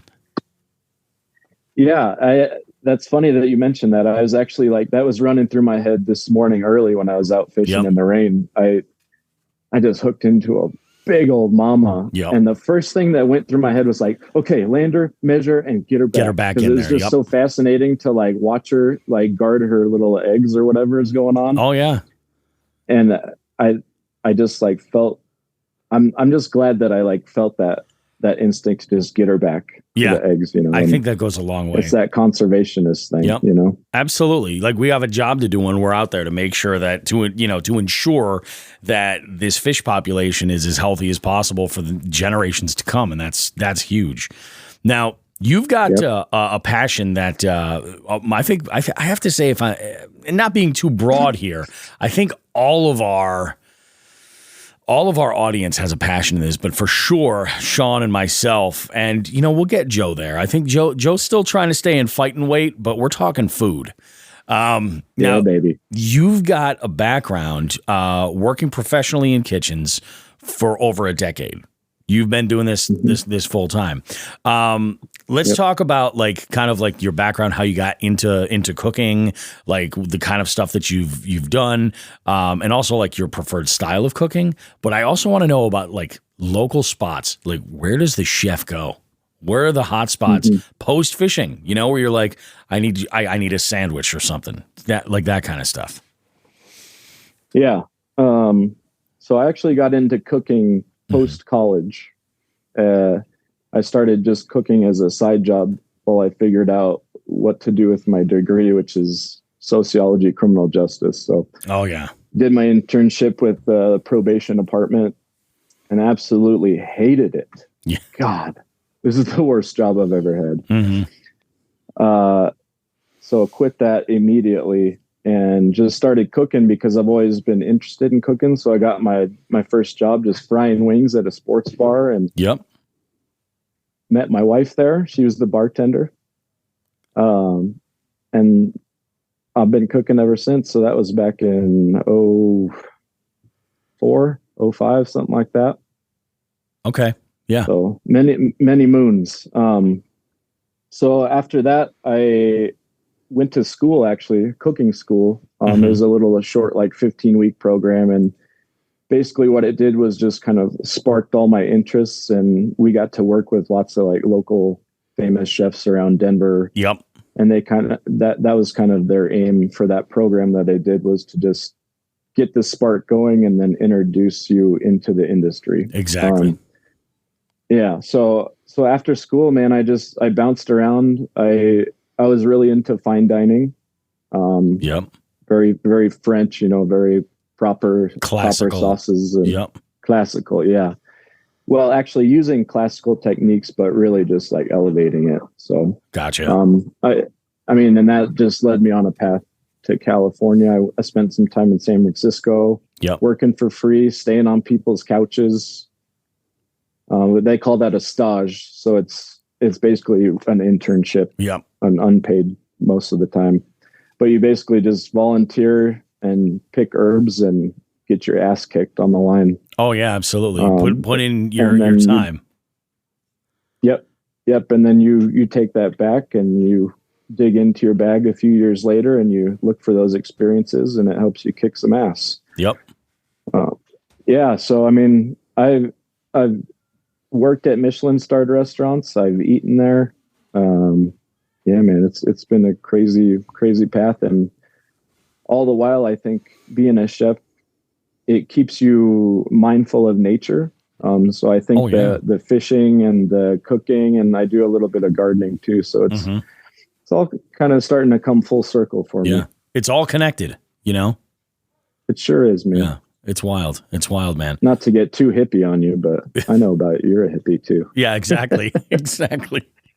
That's how it is, man. You get to a certain age and it all kind of look, I like to think about it like this too. Look at what celebrity chefs are now to where they were a decade ago. Look at the people that they are. Like Matty Matheson is the man. I love that dude. I have both of his cookbooks. I'll tell you what, I watch his videos almost daily. Yeah. They're fucking hilarious, man. He's a riot. And he doesn't take himself too seriously. I hear his wacky pronunciations of some stuff. And I'm just like, this is amazing. I'm like, wow. Yeah. Yeah. It's everything is content. Huh? Yeah. Oh, 100% it is. It's great. I think probably my favorite video, and this definitely inspired what I hope will someday be a reality, is there was an episode of his Just a Dash, and it was Just a Dash, the musical. So they did a whole music, and I was just singing one of the songs today. I got a phone call from somebody like canceling an event, and I was like, oh, something, you hate me, you really don't care. Some shit like that. It was just like, I'm like, what the hell's wrong with me? And I talked to Shawn. This is pre who the fuck is Joe Brown being in the picture. And I said, Shawn, I think we need to do a Jigs and Bigs the musical episode. We need to make that because neither one of us are into musicals at all, which is going to make it even funnier. Yeah, you know, I'd probably pay money for that. Yeah, we'll see. I'd love to make that happen. My God, I totally forgot where the hell I was going with that. But like, so let's talk like, you know, restaurants, like where you're at. I'm a sucker for knowing about like the local cuisine, and I ask every single guest really that we've ever had on, when you're on the water and like you're looking for that, either that victory meal or that like, I just got to feel good because I got my ass handed to me on the water, whatever it is, like where are you going to eat? And you know, some folks, I don't know if anybody's picked this up, but like some folks are just like, yeah, man, I'll go and hit Chick-fil-A. And I get a little sad when I hear that. Not just Chick-fil-A, but like any like real like, you know, chainy kind of stuff. I like to eat what the locals are eating. Eat farm to table's even better. Yep. So where are you at? I'm curious because you're in the industry and you've got the training. Are you going and hitting a drive-through? No. Yeah. Yes, sometimes. You got to. But I ideally no. Yeah. Because I just know too many people in this town and they're just making too much good food. Yeah. But big shout out to, I would say, Biker Jim's Hot Dogs. Oh, he's have you ever heard of him? No. He's been on Food Network, I think. But, oh, really? He has all these wild hot dogs. He's got like a rattlesnake one and a wild boar, and then he's got a bunch of cool like condiments that go along with all that stuff. So I got to shout him out. Biker Jim's Hot Dogs. He's been in Denver for forever, I guess. That's awesome. He started just as a little hot dog cart on the street, and then now he's got, I think, 2 restaurants, and he's been on Top Chef, and talk about like a great, awesome Cinderella story. That's amazing, man. Especially for a food item like a hot dog. You know what I mean? Right. People think they have all these opinions. Like there's a spot right around the corner from me. It's called Nick's Nest in Holyoke. They're famous for their hot dogs. Now, they're like Fenway style hot dogs. Like they're just sitting in this hot dog water that's just been simmering nonstop. And there's something magical about it. But I mean, what you're talking about is elevating and bringing that to like the next level. It's crazy. Yeah. I love it. Yeah. And I've asked him so many times, like, where do you get these products, man? Yeah. Like give up your secrets. And I think since then he's given them up, but yeah, it took a while. Oh yeah, for sure. So yeah, Biker Jim's. There's another place called My Brother's Bar. Yep. And they have these hamburgers that are so grimy and so greasy, and they still do it like, you know, they smash them on the flat top with like an ancient like cast iron weight. And it's just this really like old building, but it's just been there forever. And I'll tell you, there's something about like the seasoning on their little flat top that they do the burgers. You can never replicate that. No, that's what makes it unique. So My Brother's Bar is so good. Like order like a medium, whatever. I don't even remember what they have, but yeah, just like a medium hamburger after a day on the water. Perfect. Yeah, that's it. You'll get your calories back quick. Hell yeah. Hell yeah. And you know, that's the thing. There's something to be said. It's comfort food. So like, you know, you get your ass handed to you, man. I'll tell you, that big plate of whatever it is that you've been looking forward to, a smash burger like that. Hell yeah. That's, you know, it helps kind of put a Band-Aid on when you've been humbled by these, you know, guild creatures. We have this is kind of crazy, and I can actually talk about this now because in this episode we're going to mention it. We actually have a couple of dates lined up.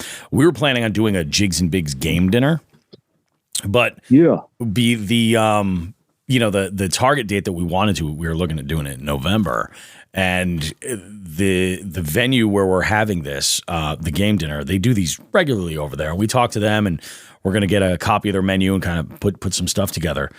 all the dates that we're interested in, they have events booked already in there. So we had to bump this to January. So the 200th episode celebration is going to officially be a game day, which is the 100th was amazing, but this one's going to be even better. We're going to have musical guests. We're going to have it's going to be insane. Dude, that is amazing. And the reputation, the reputation of and that's like when you mentioned the hot dogs, like the wild game, the rattlesnake and everything. That is like we're all about that, all about that. Like I think what was it? We did the Springfield Sportsman Show. I think the highlight was going and getting all of the exotic jerkies that were available at the vendors and just kind of setting up a little buffet. It was just like it was magical. So yeah, we're psyched on that. That's going to be a lot of fun. And I mean, the whole Jigs and Bigs crew, all the jig heads, like we talk about food a lot. It goes a long way, So it's insane. Let's get back to fishing though. Let's talk about like some highs and lows. I want to get right to these two questions, kind of a two-parter. What I'd like to know from you are two stories that you would share if you were at an event or something and you bumped into somebody and they're like, "Oh, you fish? That's cool." Like, what's that first story you would lead it with? The story where you're like super proud, and the follow-up to that is the story where you know where this is going. The shit just hit the fan. Like, so go ahead and share both of those so we can get a nice dynamic. Oh, okay.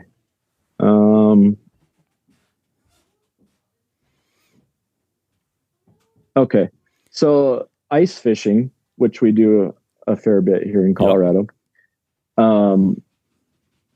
I would just share probably I caught my PB trout. Through the ice. I think it was a cut. Yeah, it was a cut bow through the ice.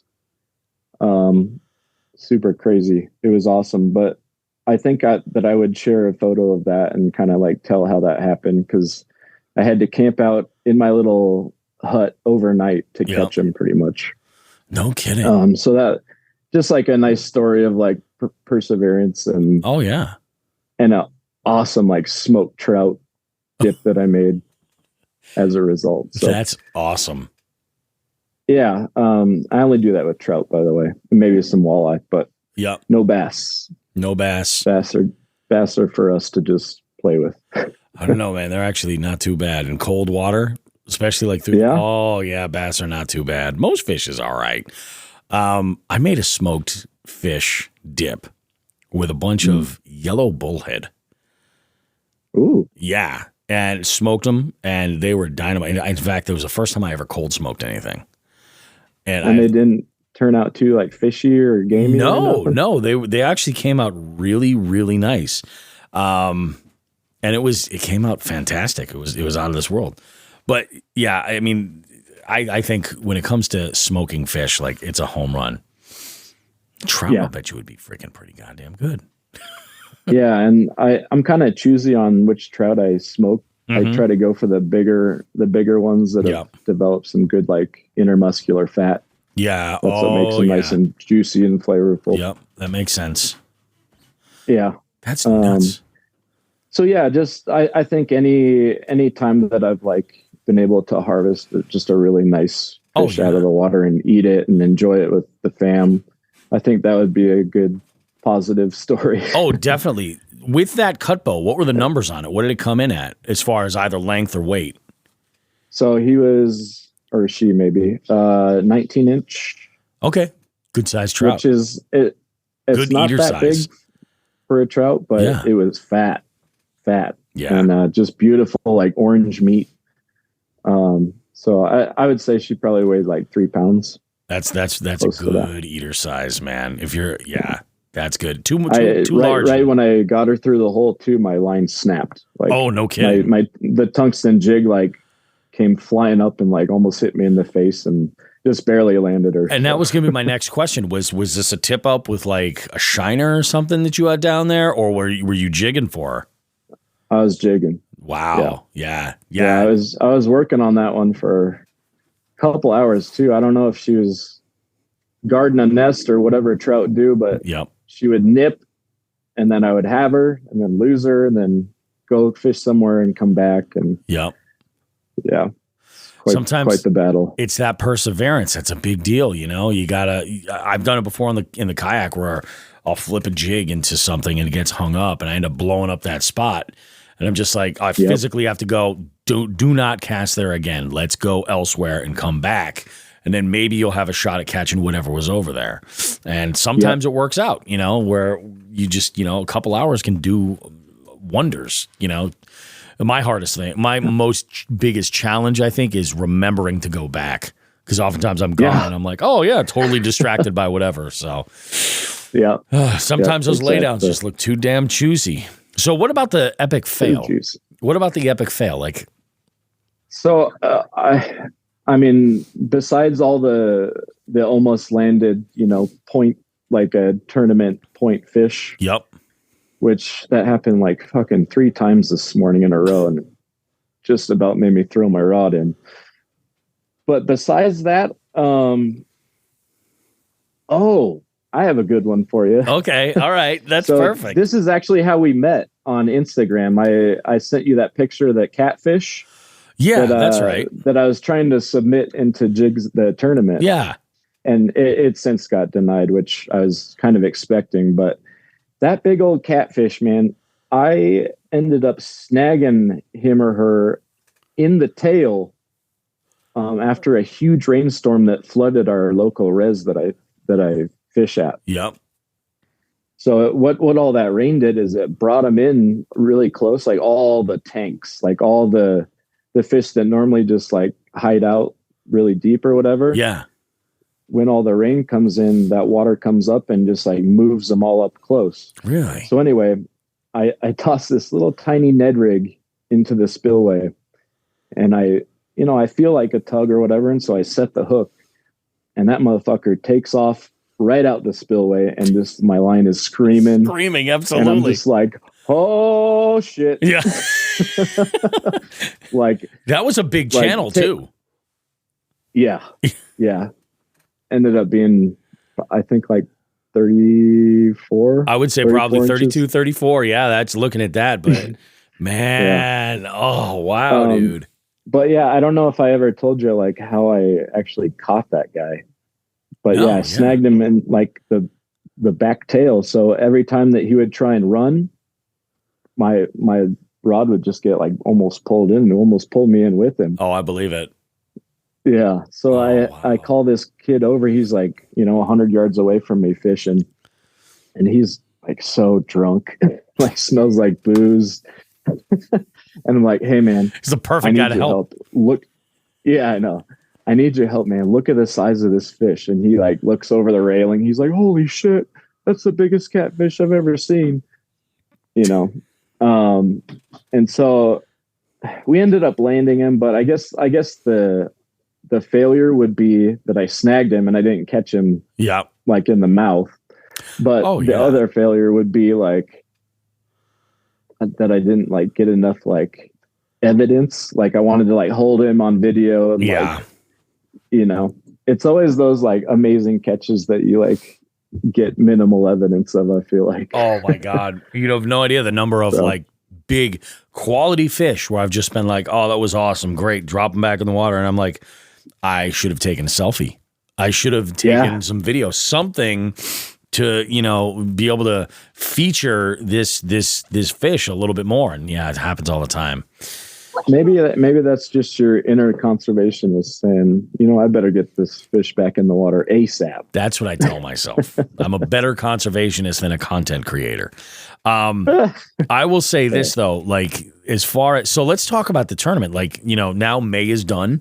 What was your experience with it? Was this your first time entering a tournament situation? A multi-species one. I've done lots of the online bass ones. Gotcha. But this is my first multi-species one, and I wish you guys would do like every month.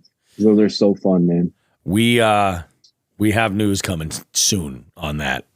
And sick. Some interesting information. We've been talking about the evolution of these tournaments and where they're going to go. And we actually have a couple of really good ideas how to launch next year that are going to make this I just think an overall better experience for those that are getting into it, new or more casual, and then separating it so that we have like more of an option for those that are a bit more seasoned, and are more hyper competitive. So we're going to have options, which will be kind of cool. And there's good things coming. I'm really, really stoked. I haven't been this happy about a season of tournaments from us in, since we really started. We started and it was great. And then it was just kind of like, it was kind of more of the same. And then some about this year, I don't know what it was, but I've just been having an absolute blast with it. And I finished way better than I ever have. There's a certain feeling around 2023, I feel like. Yeah, maybe that's what it is too. You're right, because 2023 feels like something fresh, and like in some ways it's kind of like, okay, like it's so funny, man. I said I did this wedding over the weekend, and there were thunderstorms like right after the ceremony. Literally, folks were picking up their chairs from the ceremony and walking them under the tent for the reception. Thunder and lightning, just downpour for 45 minutes, like 2 inches of water. It was ridiculous. And I was like, what the hell am I going to do for introductions? I don't want to take everybody that's in the bridal party and put them outside of the tent to get dumped on. So I came up with this idea, like I'm just going to call everybody up from their seats, have them come up, do a victory lap, go back, and stand up. We'll do the first dance. Everything's great. Caterer's freaking out because it's taken forever. They have a million toasts, but we'll figure it out. And I told the bride and groom, I said, I got an idea. This is what we're going to do. Keep everybody dry. They're like, oh, I loved it. So I jumped on mic. First thing I said, I was like, in a post-pandemic world, it's all about adapting. And that's what we're going to do today. And it's true. Like there's an opportunity in 2023 where I feel like you can reinvent some shit. You know what I mean? Dude, 100%, man. Yeah. I've had that feeling, I don't know, going ever since like I kind of started talking to y'all on Jigs and Bigs. Yep. Like it's a special feeling, and I want to like embrace it. Yeah. And, like I think that's important. Grab a hold. Yep. Maybe it's just everybody kind of coming out of the pandemic and like realizing like, okay, I think we're good now. Yep. The world's not going to end. Yeah, exactly. And I mean, maybe folks, that's just the vibe. Hopefully more people start thinking with a little bit more of an open mind as far as like, oh, all right, these things aren't really important. I can sort of do the things that I want to do, Yeah. It's a good thing. It's definitely a good thing. Now, it sure is, man. Have you traveled specifically? And I would say like really like kind of either traveled like out of state or more than like a few hours specifically for a fishing trip. No, but I would love to. Yep. Is there anything on the bucket list that you're like, I'd love to fish these areas, a region, a specific body of water, anything like that? I would say just any of those ones on the Bassmaster Elite chain. Oh yeah. I just want to try out some of those world-class fisheries, man, and see what the big boys play with. You know what I mean? Oh, for sure. I would recommend get together with a guide. Okay. 100%. Get together with a guide. Go out and do it. I mean, unless you can dedicate like a week or two to just sink the time in and just kind of like make that. But even then, I would recommend go out one time with a guide to kind of like just get a little bit of knowledge and like lean on their experience.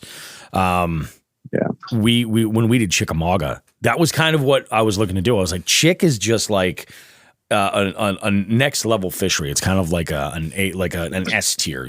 People talk about fishing that body of water and how amazing it is, and it happened to work out. I was able to get in touch with Caleb and put something together, and that was the goal with my buddy Paul, was to kind of give him a little bit more of that bigger experience. Granted, we went down there and we just got our asses handed to us because the weather conditions were completely against us. And we still caught them. We didn't get the size of fish that we were looking for, but we'll go out again. But now I at least feel like I have a little bit of, because Caleb's a wealth of knowledge, and I was taking mental notes the entire day. Like, this is what we're doing here. Okay, so this is what we're looking for. And I'm constantly talking to him about all this stuff. I highly recommend it. Yeah, make the most out of that trip. Yeah, Well, maybe Chickamauga's first on the list then. There you go. You've been there. Yeah, Bass Quest Charters, man. The Caleb will hook you up. You'll have yourself a damn good time. It's freaking awesome. Okay. Yeah, and it's funny because I do have now. I didn't even realize it at the time, but I've got some family that's got some property in the area, and they had reached out and said, next time you're down there, let us know. We're nearby these bodies of water, and it's like we'll send it. I'm like, okay, let's do it. So this could be a lot of fun. Yeah. Good stuff. In fact, my next trip to Moosehead, I think I'm gonna try to connect with a guide. I don't think I'll be able to find a smallmouth guide at Moosehead because smallmouth, they don't want the state of Maine does not want the smallmouth there. Yeah. Yeah. Oh yeah, I remember you guys were talking about what's that all about? So apparently, all smallmouth, all bass, except for where they're native, and the vast majority of the country, they're invasive. But Moosehead is known as a world-class trout fishery. I mean, it's the big lakers, and their thought is that now that there's a sizable population of smallmouth in there, the state of Maine trying to get that trout fishery back is there's a kill order on all smallies. Now, got it. All the smallmouth. Yeah, I bet they love those trout fry.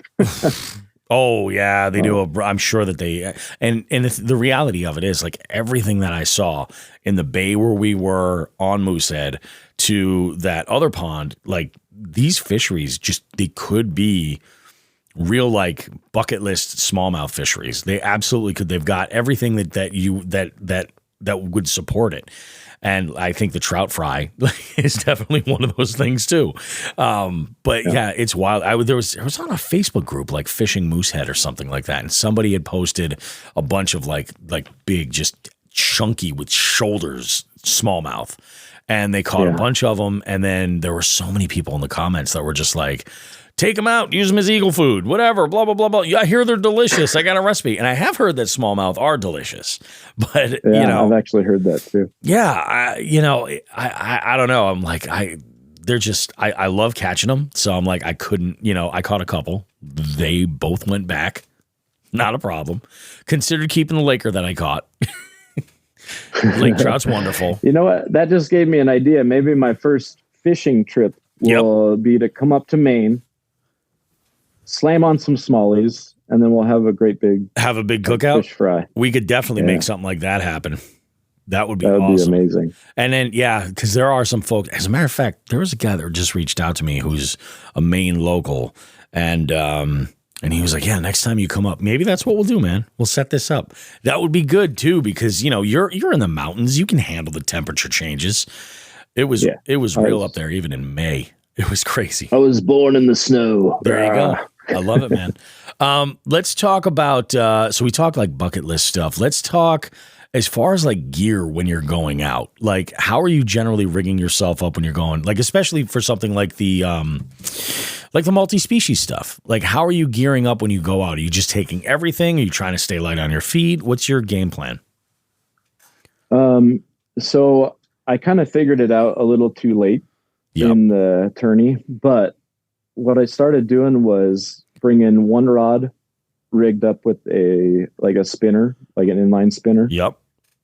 Just my little whippy, Bass Pro Shops rod or whatever. Yep.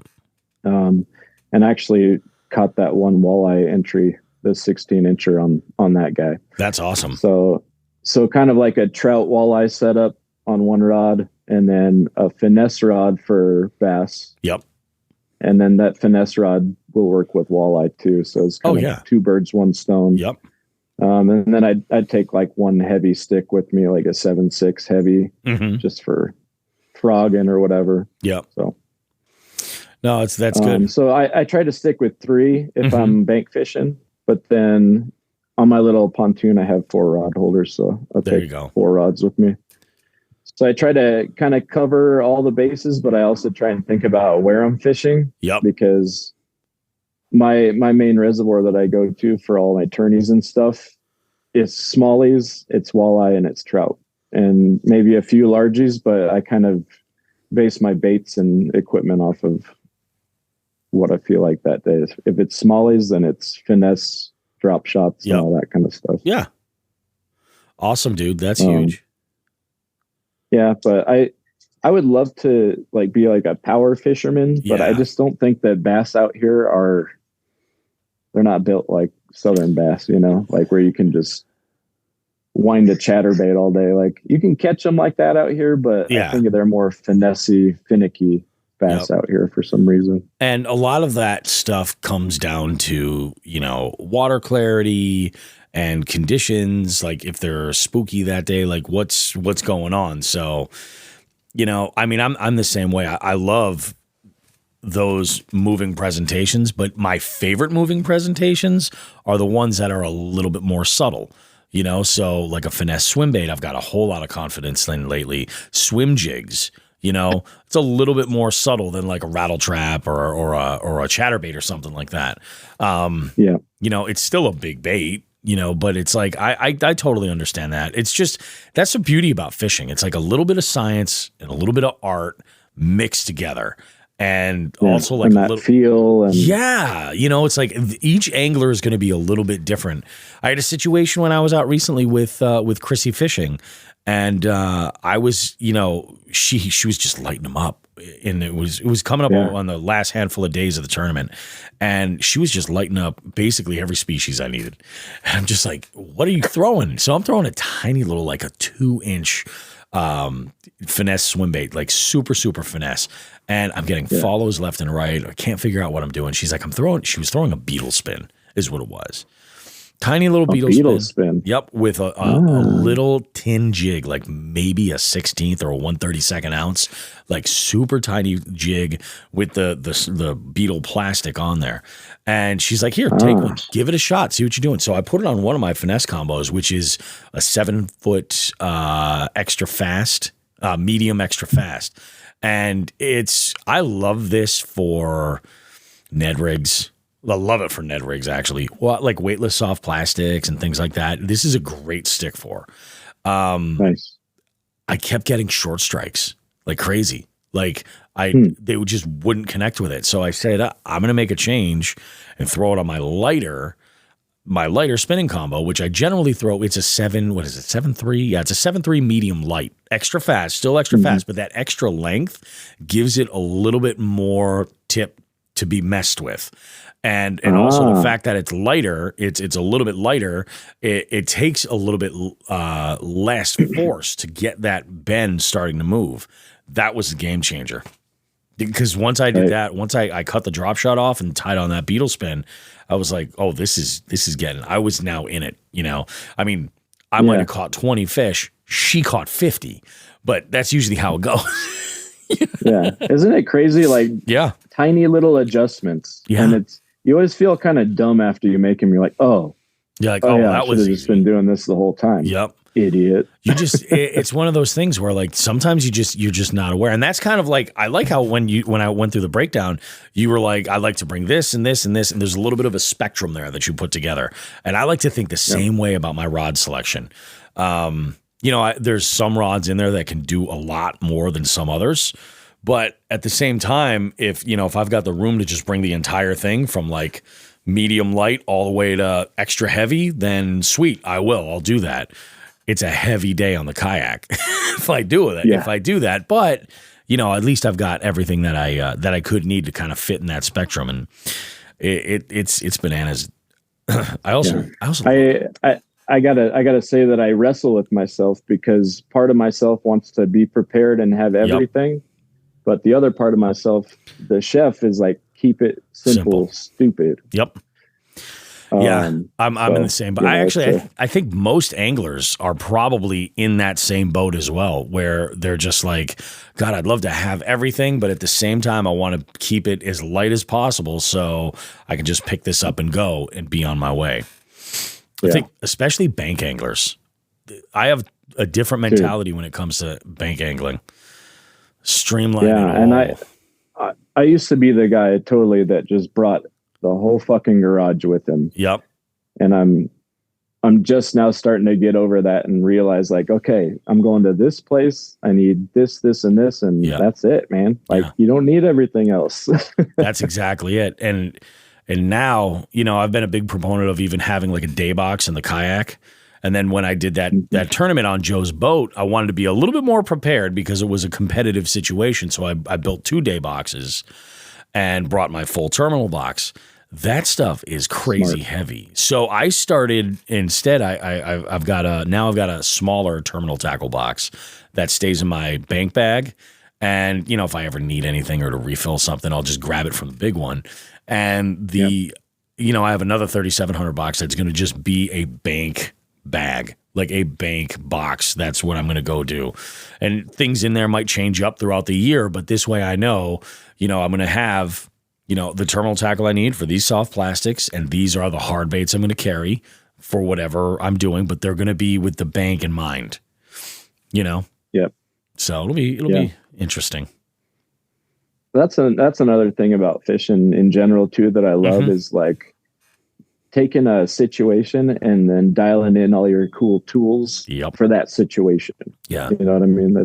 It's a lot like cooking, actually. Yeah. Like use the right tool for the right job, man. Definitely. I agree 100%. I love this. It was Andrew Hayes from Tackle Talk that one time said, he's like, yeah, you go out with all these like baits and it's like, really, it's like you're a little kid and you're playing with your toys.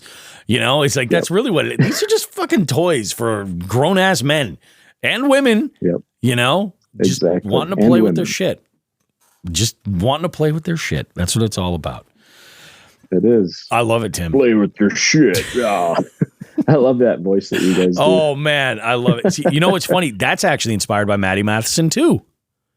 Is it? That voice? Man. That voice is my sludge. That's what the voice is. From the Cincinnati Chili.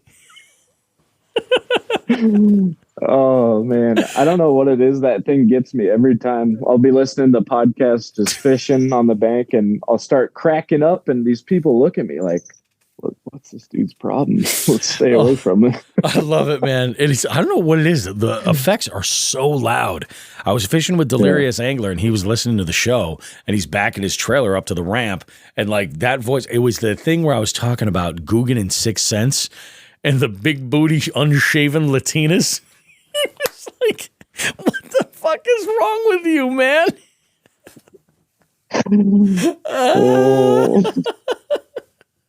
I ain't right. That's for sure. I ain't right.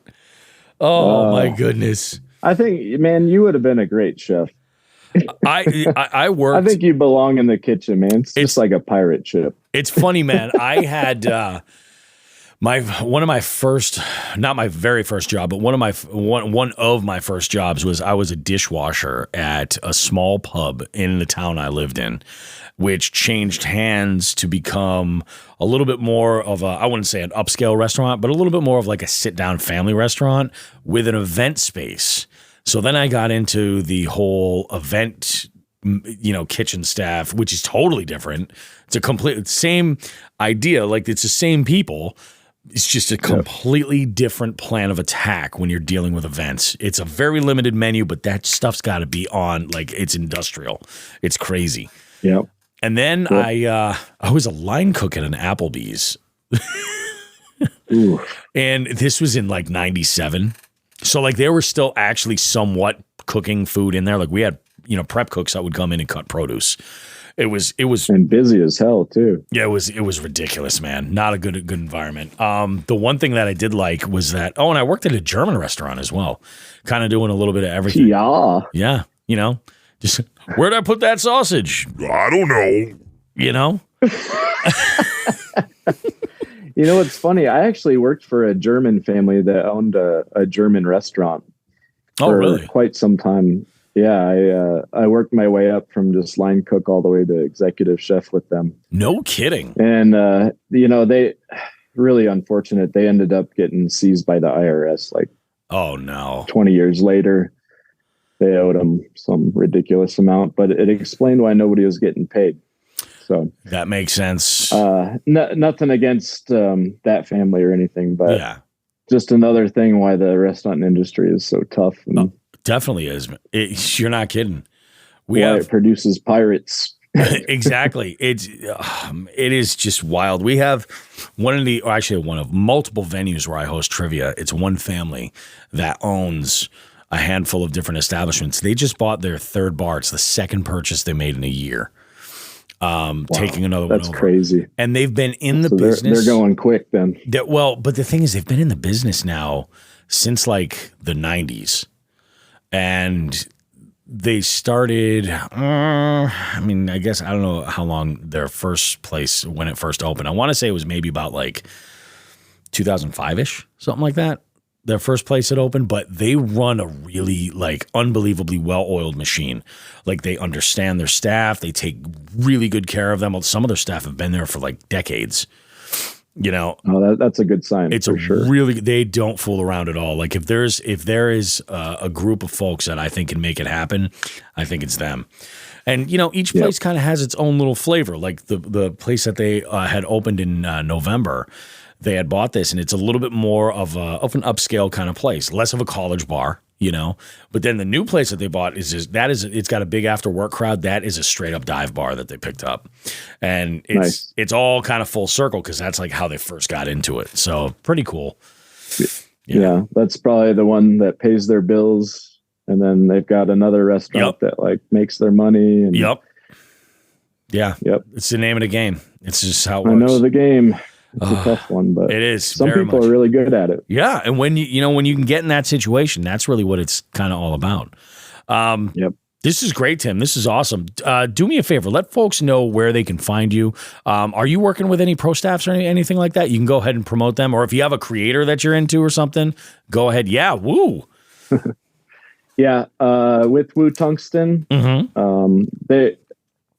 I understand that there's a lot of tungsten out there, but Aaron, the owner, he actually like texts his staff and checks in on you, and it's just a little bit more of like a family feeling, I guess, than the other bigger companies. So that's kind of what keeps me around and like, you know, makes me want to like help the company. And then also Kistler Rods down in Texas. Oh yeah, they make custom rods as well, but all of their different models are friggin' amazing.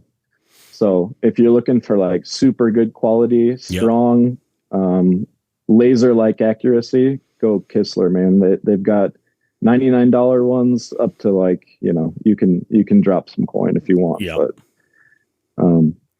I think those two companies, man, are where it's at. That's awesome, man. Kistler's for plugs for me.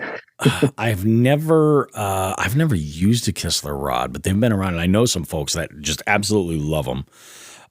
And we've had Aaron on from Woo. He was on the show.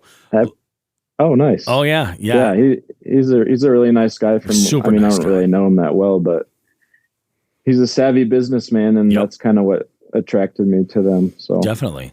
And their products freaking amazing. Yeah, their stuff it's fantastic stuff. You can't go wrong. I love that they take the time to like think about putting together little kits so that if you're, trying a new technique, it's a great place to kind of just start with it, you know? So that's awesome.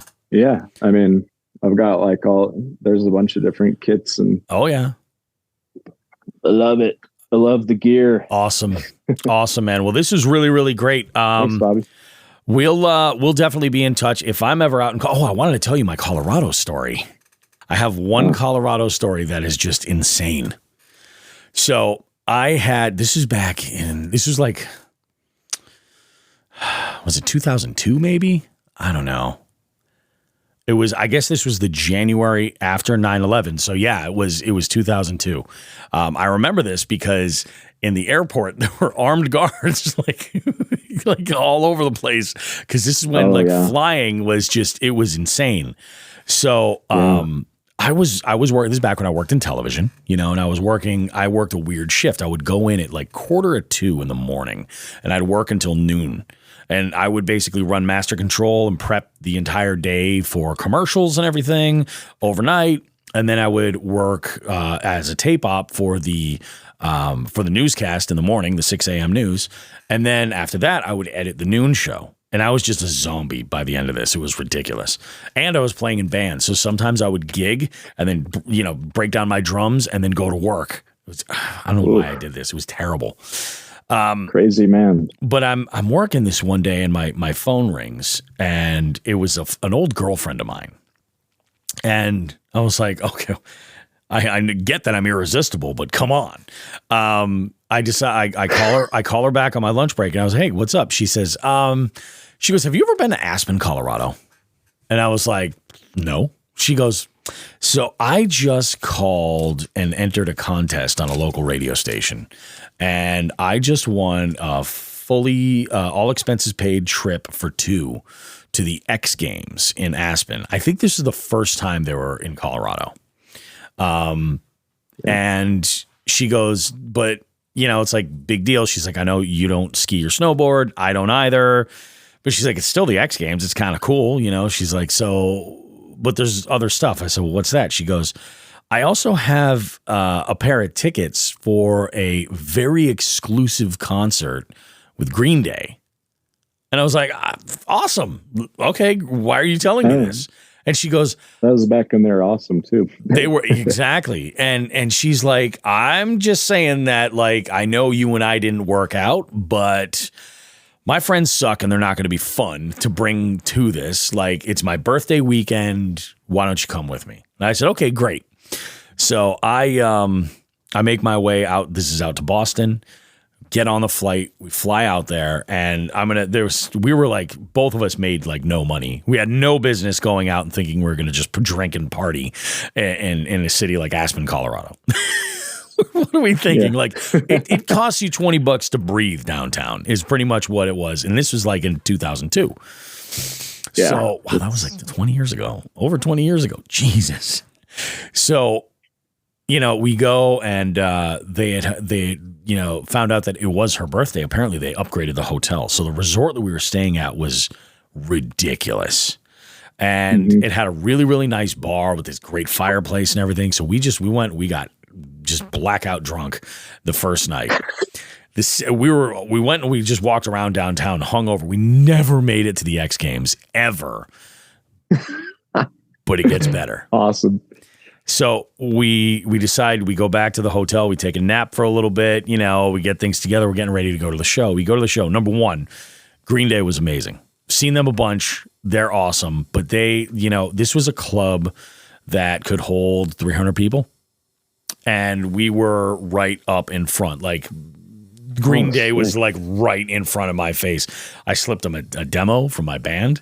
They did a short set of Cheap Trick songs in their set list, which was just insane. It was so good. So, it's her 21st birthday. We're just pounding drinks left and right, and I'm like, I'm going to hit the little boys' room. I'll be back. I go walking in there, and it's just a sea of freaking, back in those days, we used to refer to them as white hats, just a bunch of frat boys. Yeah. You know what I mean? Yeah. And they're, all over the place. And I'm taking a leak. And at the urinal next to me, there's a guy. And he's like, I hope you guys just don't beat me up, man. It's cool. And I was like, what the fuck? I look over and keep in mind, I am way overserved. I look over and you never do this at a urinal. You never do this. But I was like, who the fuck is that? I recognized the voice. It was Carrot Top. What? It was fucking Carrot Top. This is before he got jacked. Like, he was just a scrawny little, he looked like the Wendy's girl. You know what I mean? That's like what he looked like. Yeah. And I'm like, what the actual, are you kidding me? So I kind of make a joke and I was like, hey dude, don't worry about them. Something like that or whatever. If anyone's giving you a hard time, it's cool. He's like, oh no, I'm just fucking around. So we're walking our way out. We were talking about the show or something like that. And I was like, hey, you mind coming over to our table over here? I got to introduce you to someone. He's like, yeah, sure, man. So he comes over and sounds like him too. Yeah, and he meets the girl that I went on the trip with, and she's like, "What the fuck?" I don't remember much after that. I know that he was like, "Well, let me get a round of drinks and we'll just have ourselves a great time." And memory. That's it. Yeah. That's it. It was. That's the ridiculous. Colorado memory. That's the Colorado memory. Awesome, it's fucking insane.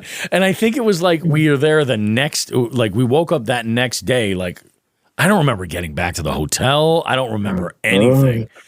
And I mean, Oh man, that's amazing. I don't know what he's got in that trunk, but you know, it's ridiculous. Yeah.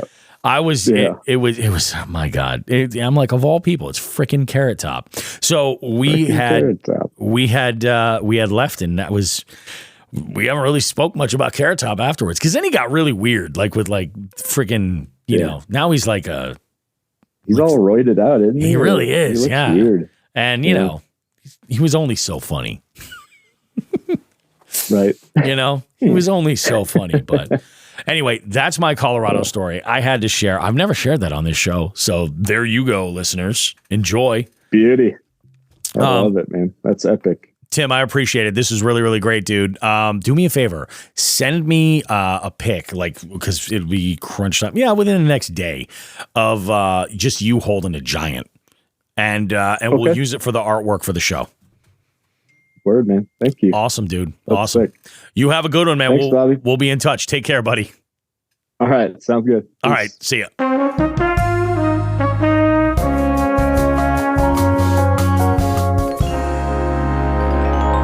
Parts of Jigs and Bigs have been sponsored by. Doesn't that sound perfect? That sounds amazing. Guys, thanks again for coming to another amazing show and hanging out with us. We got our jig heads in here with us. We had some jig head talk during that break. We were getting some information about them, who they would like to see on some upcoming shows, potentially some live stuff that you guys will want to see, and details about an amazing event happening with a philanthropic twist. Yeah, that's what's happening. I like it. We also have Hoodlum Fest coming up too, so buckle up, guys, because that's going to be insanity. That's just straight up debauchery. Yeah. Welcome to Bass Boats and Bath Salts. I'm Bobby Roast Beef.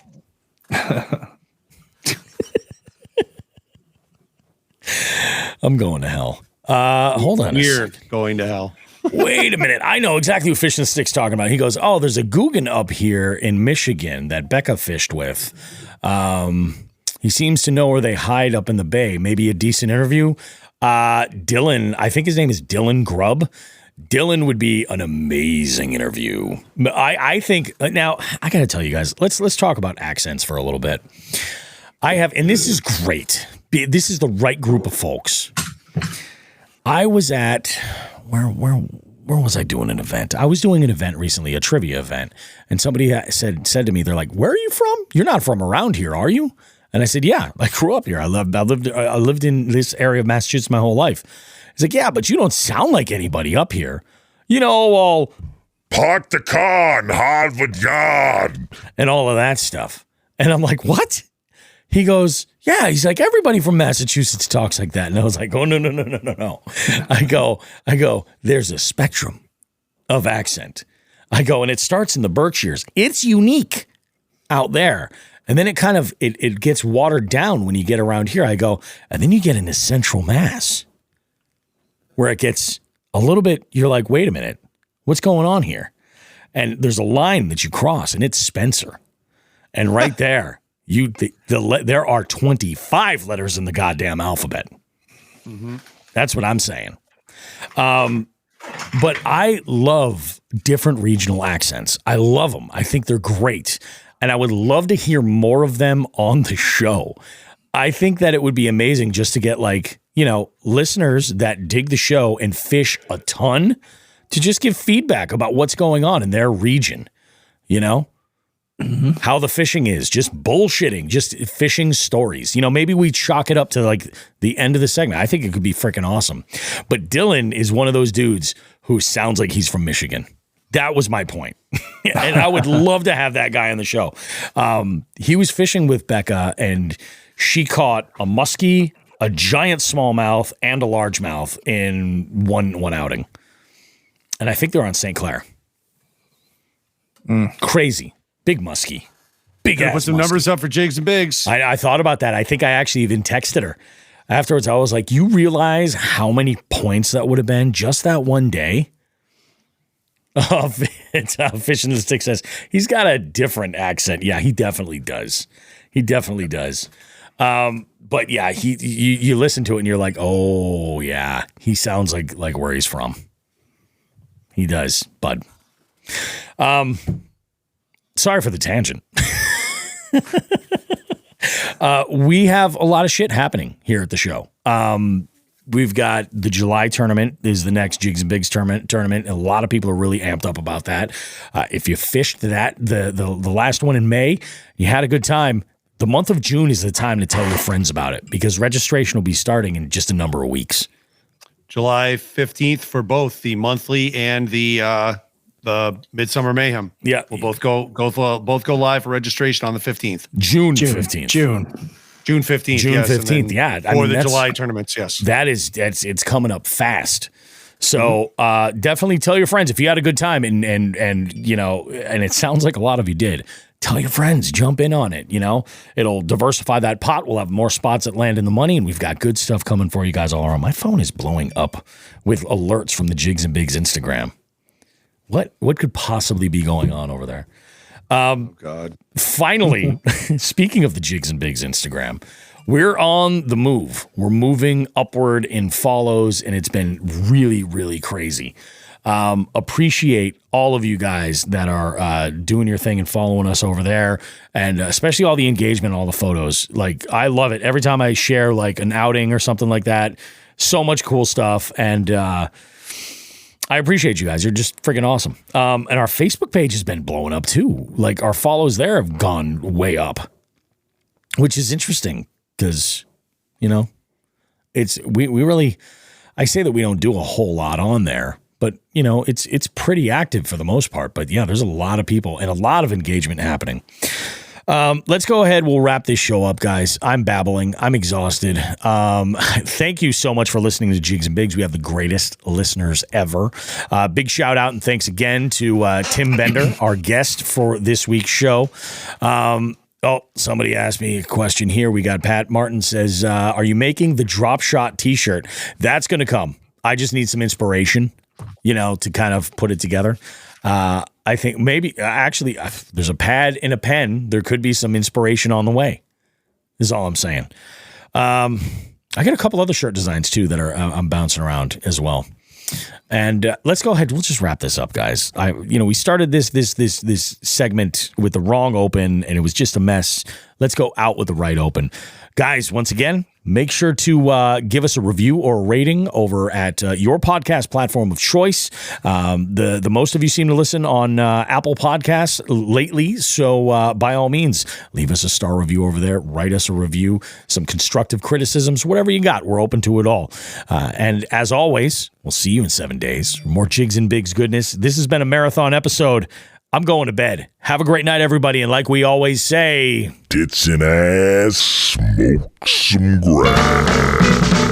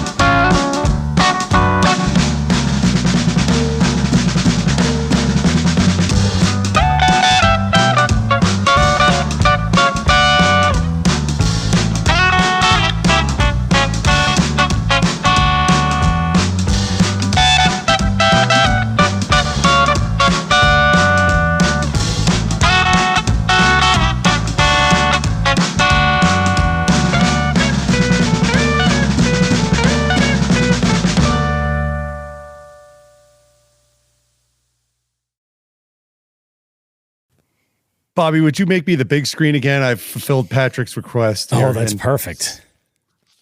Sorry, Patrick. I was working on another design, so please ignore the Hoodlums Metallica logo.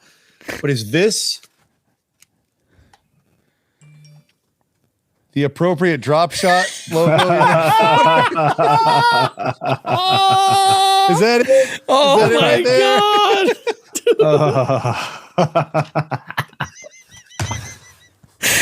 Dude, we're just going to make photocopies of that page, and we can make that one of the options. We'll just have to have a stack of them. That's fucking amazing. Class artist in high school, 2 years of drugged up art at college. Man, I'm a fucking amazing artist. I draw dicks everywhere. The dick shot.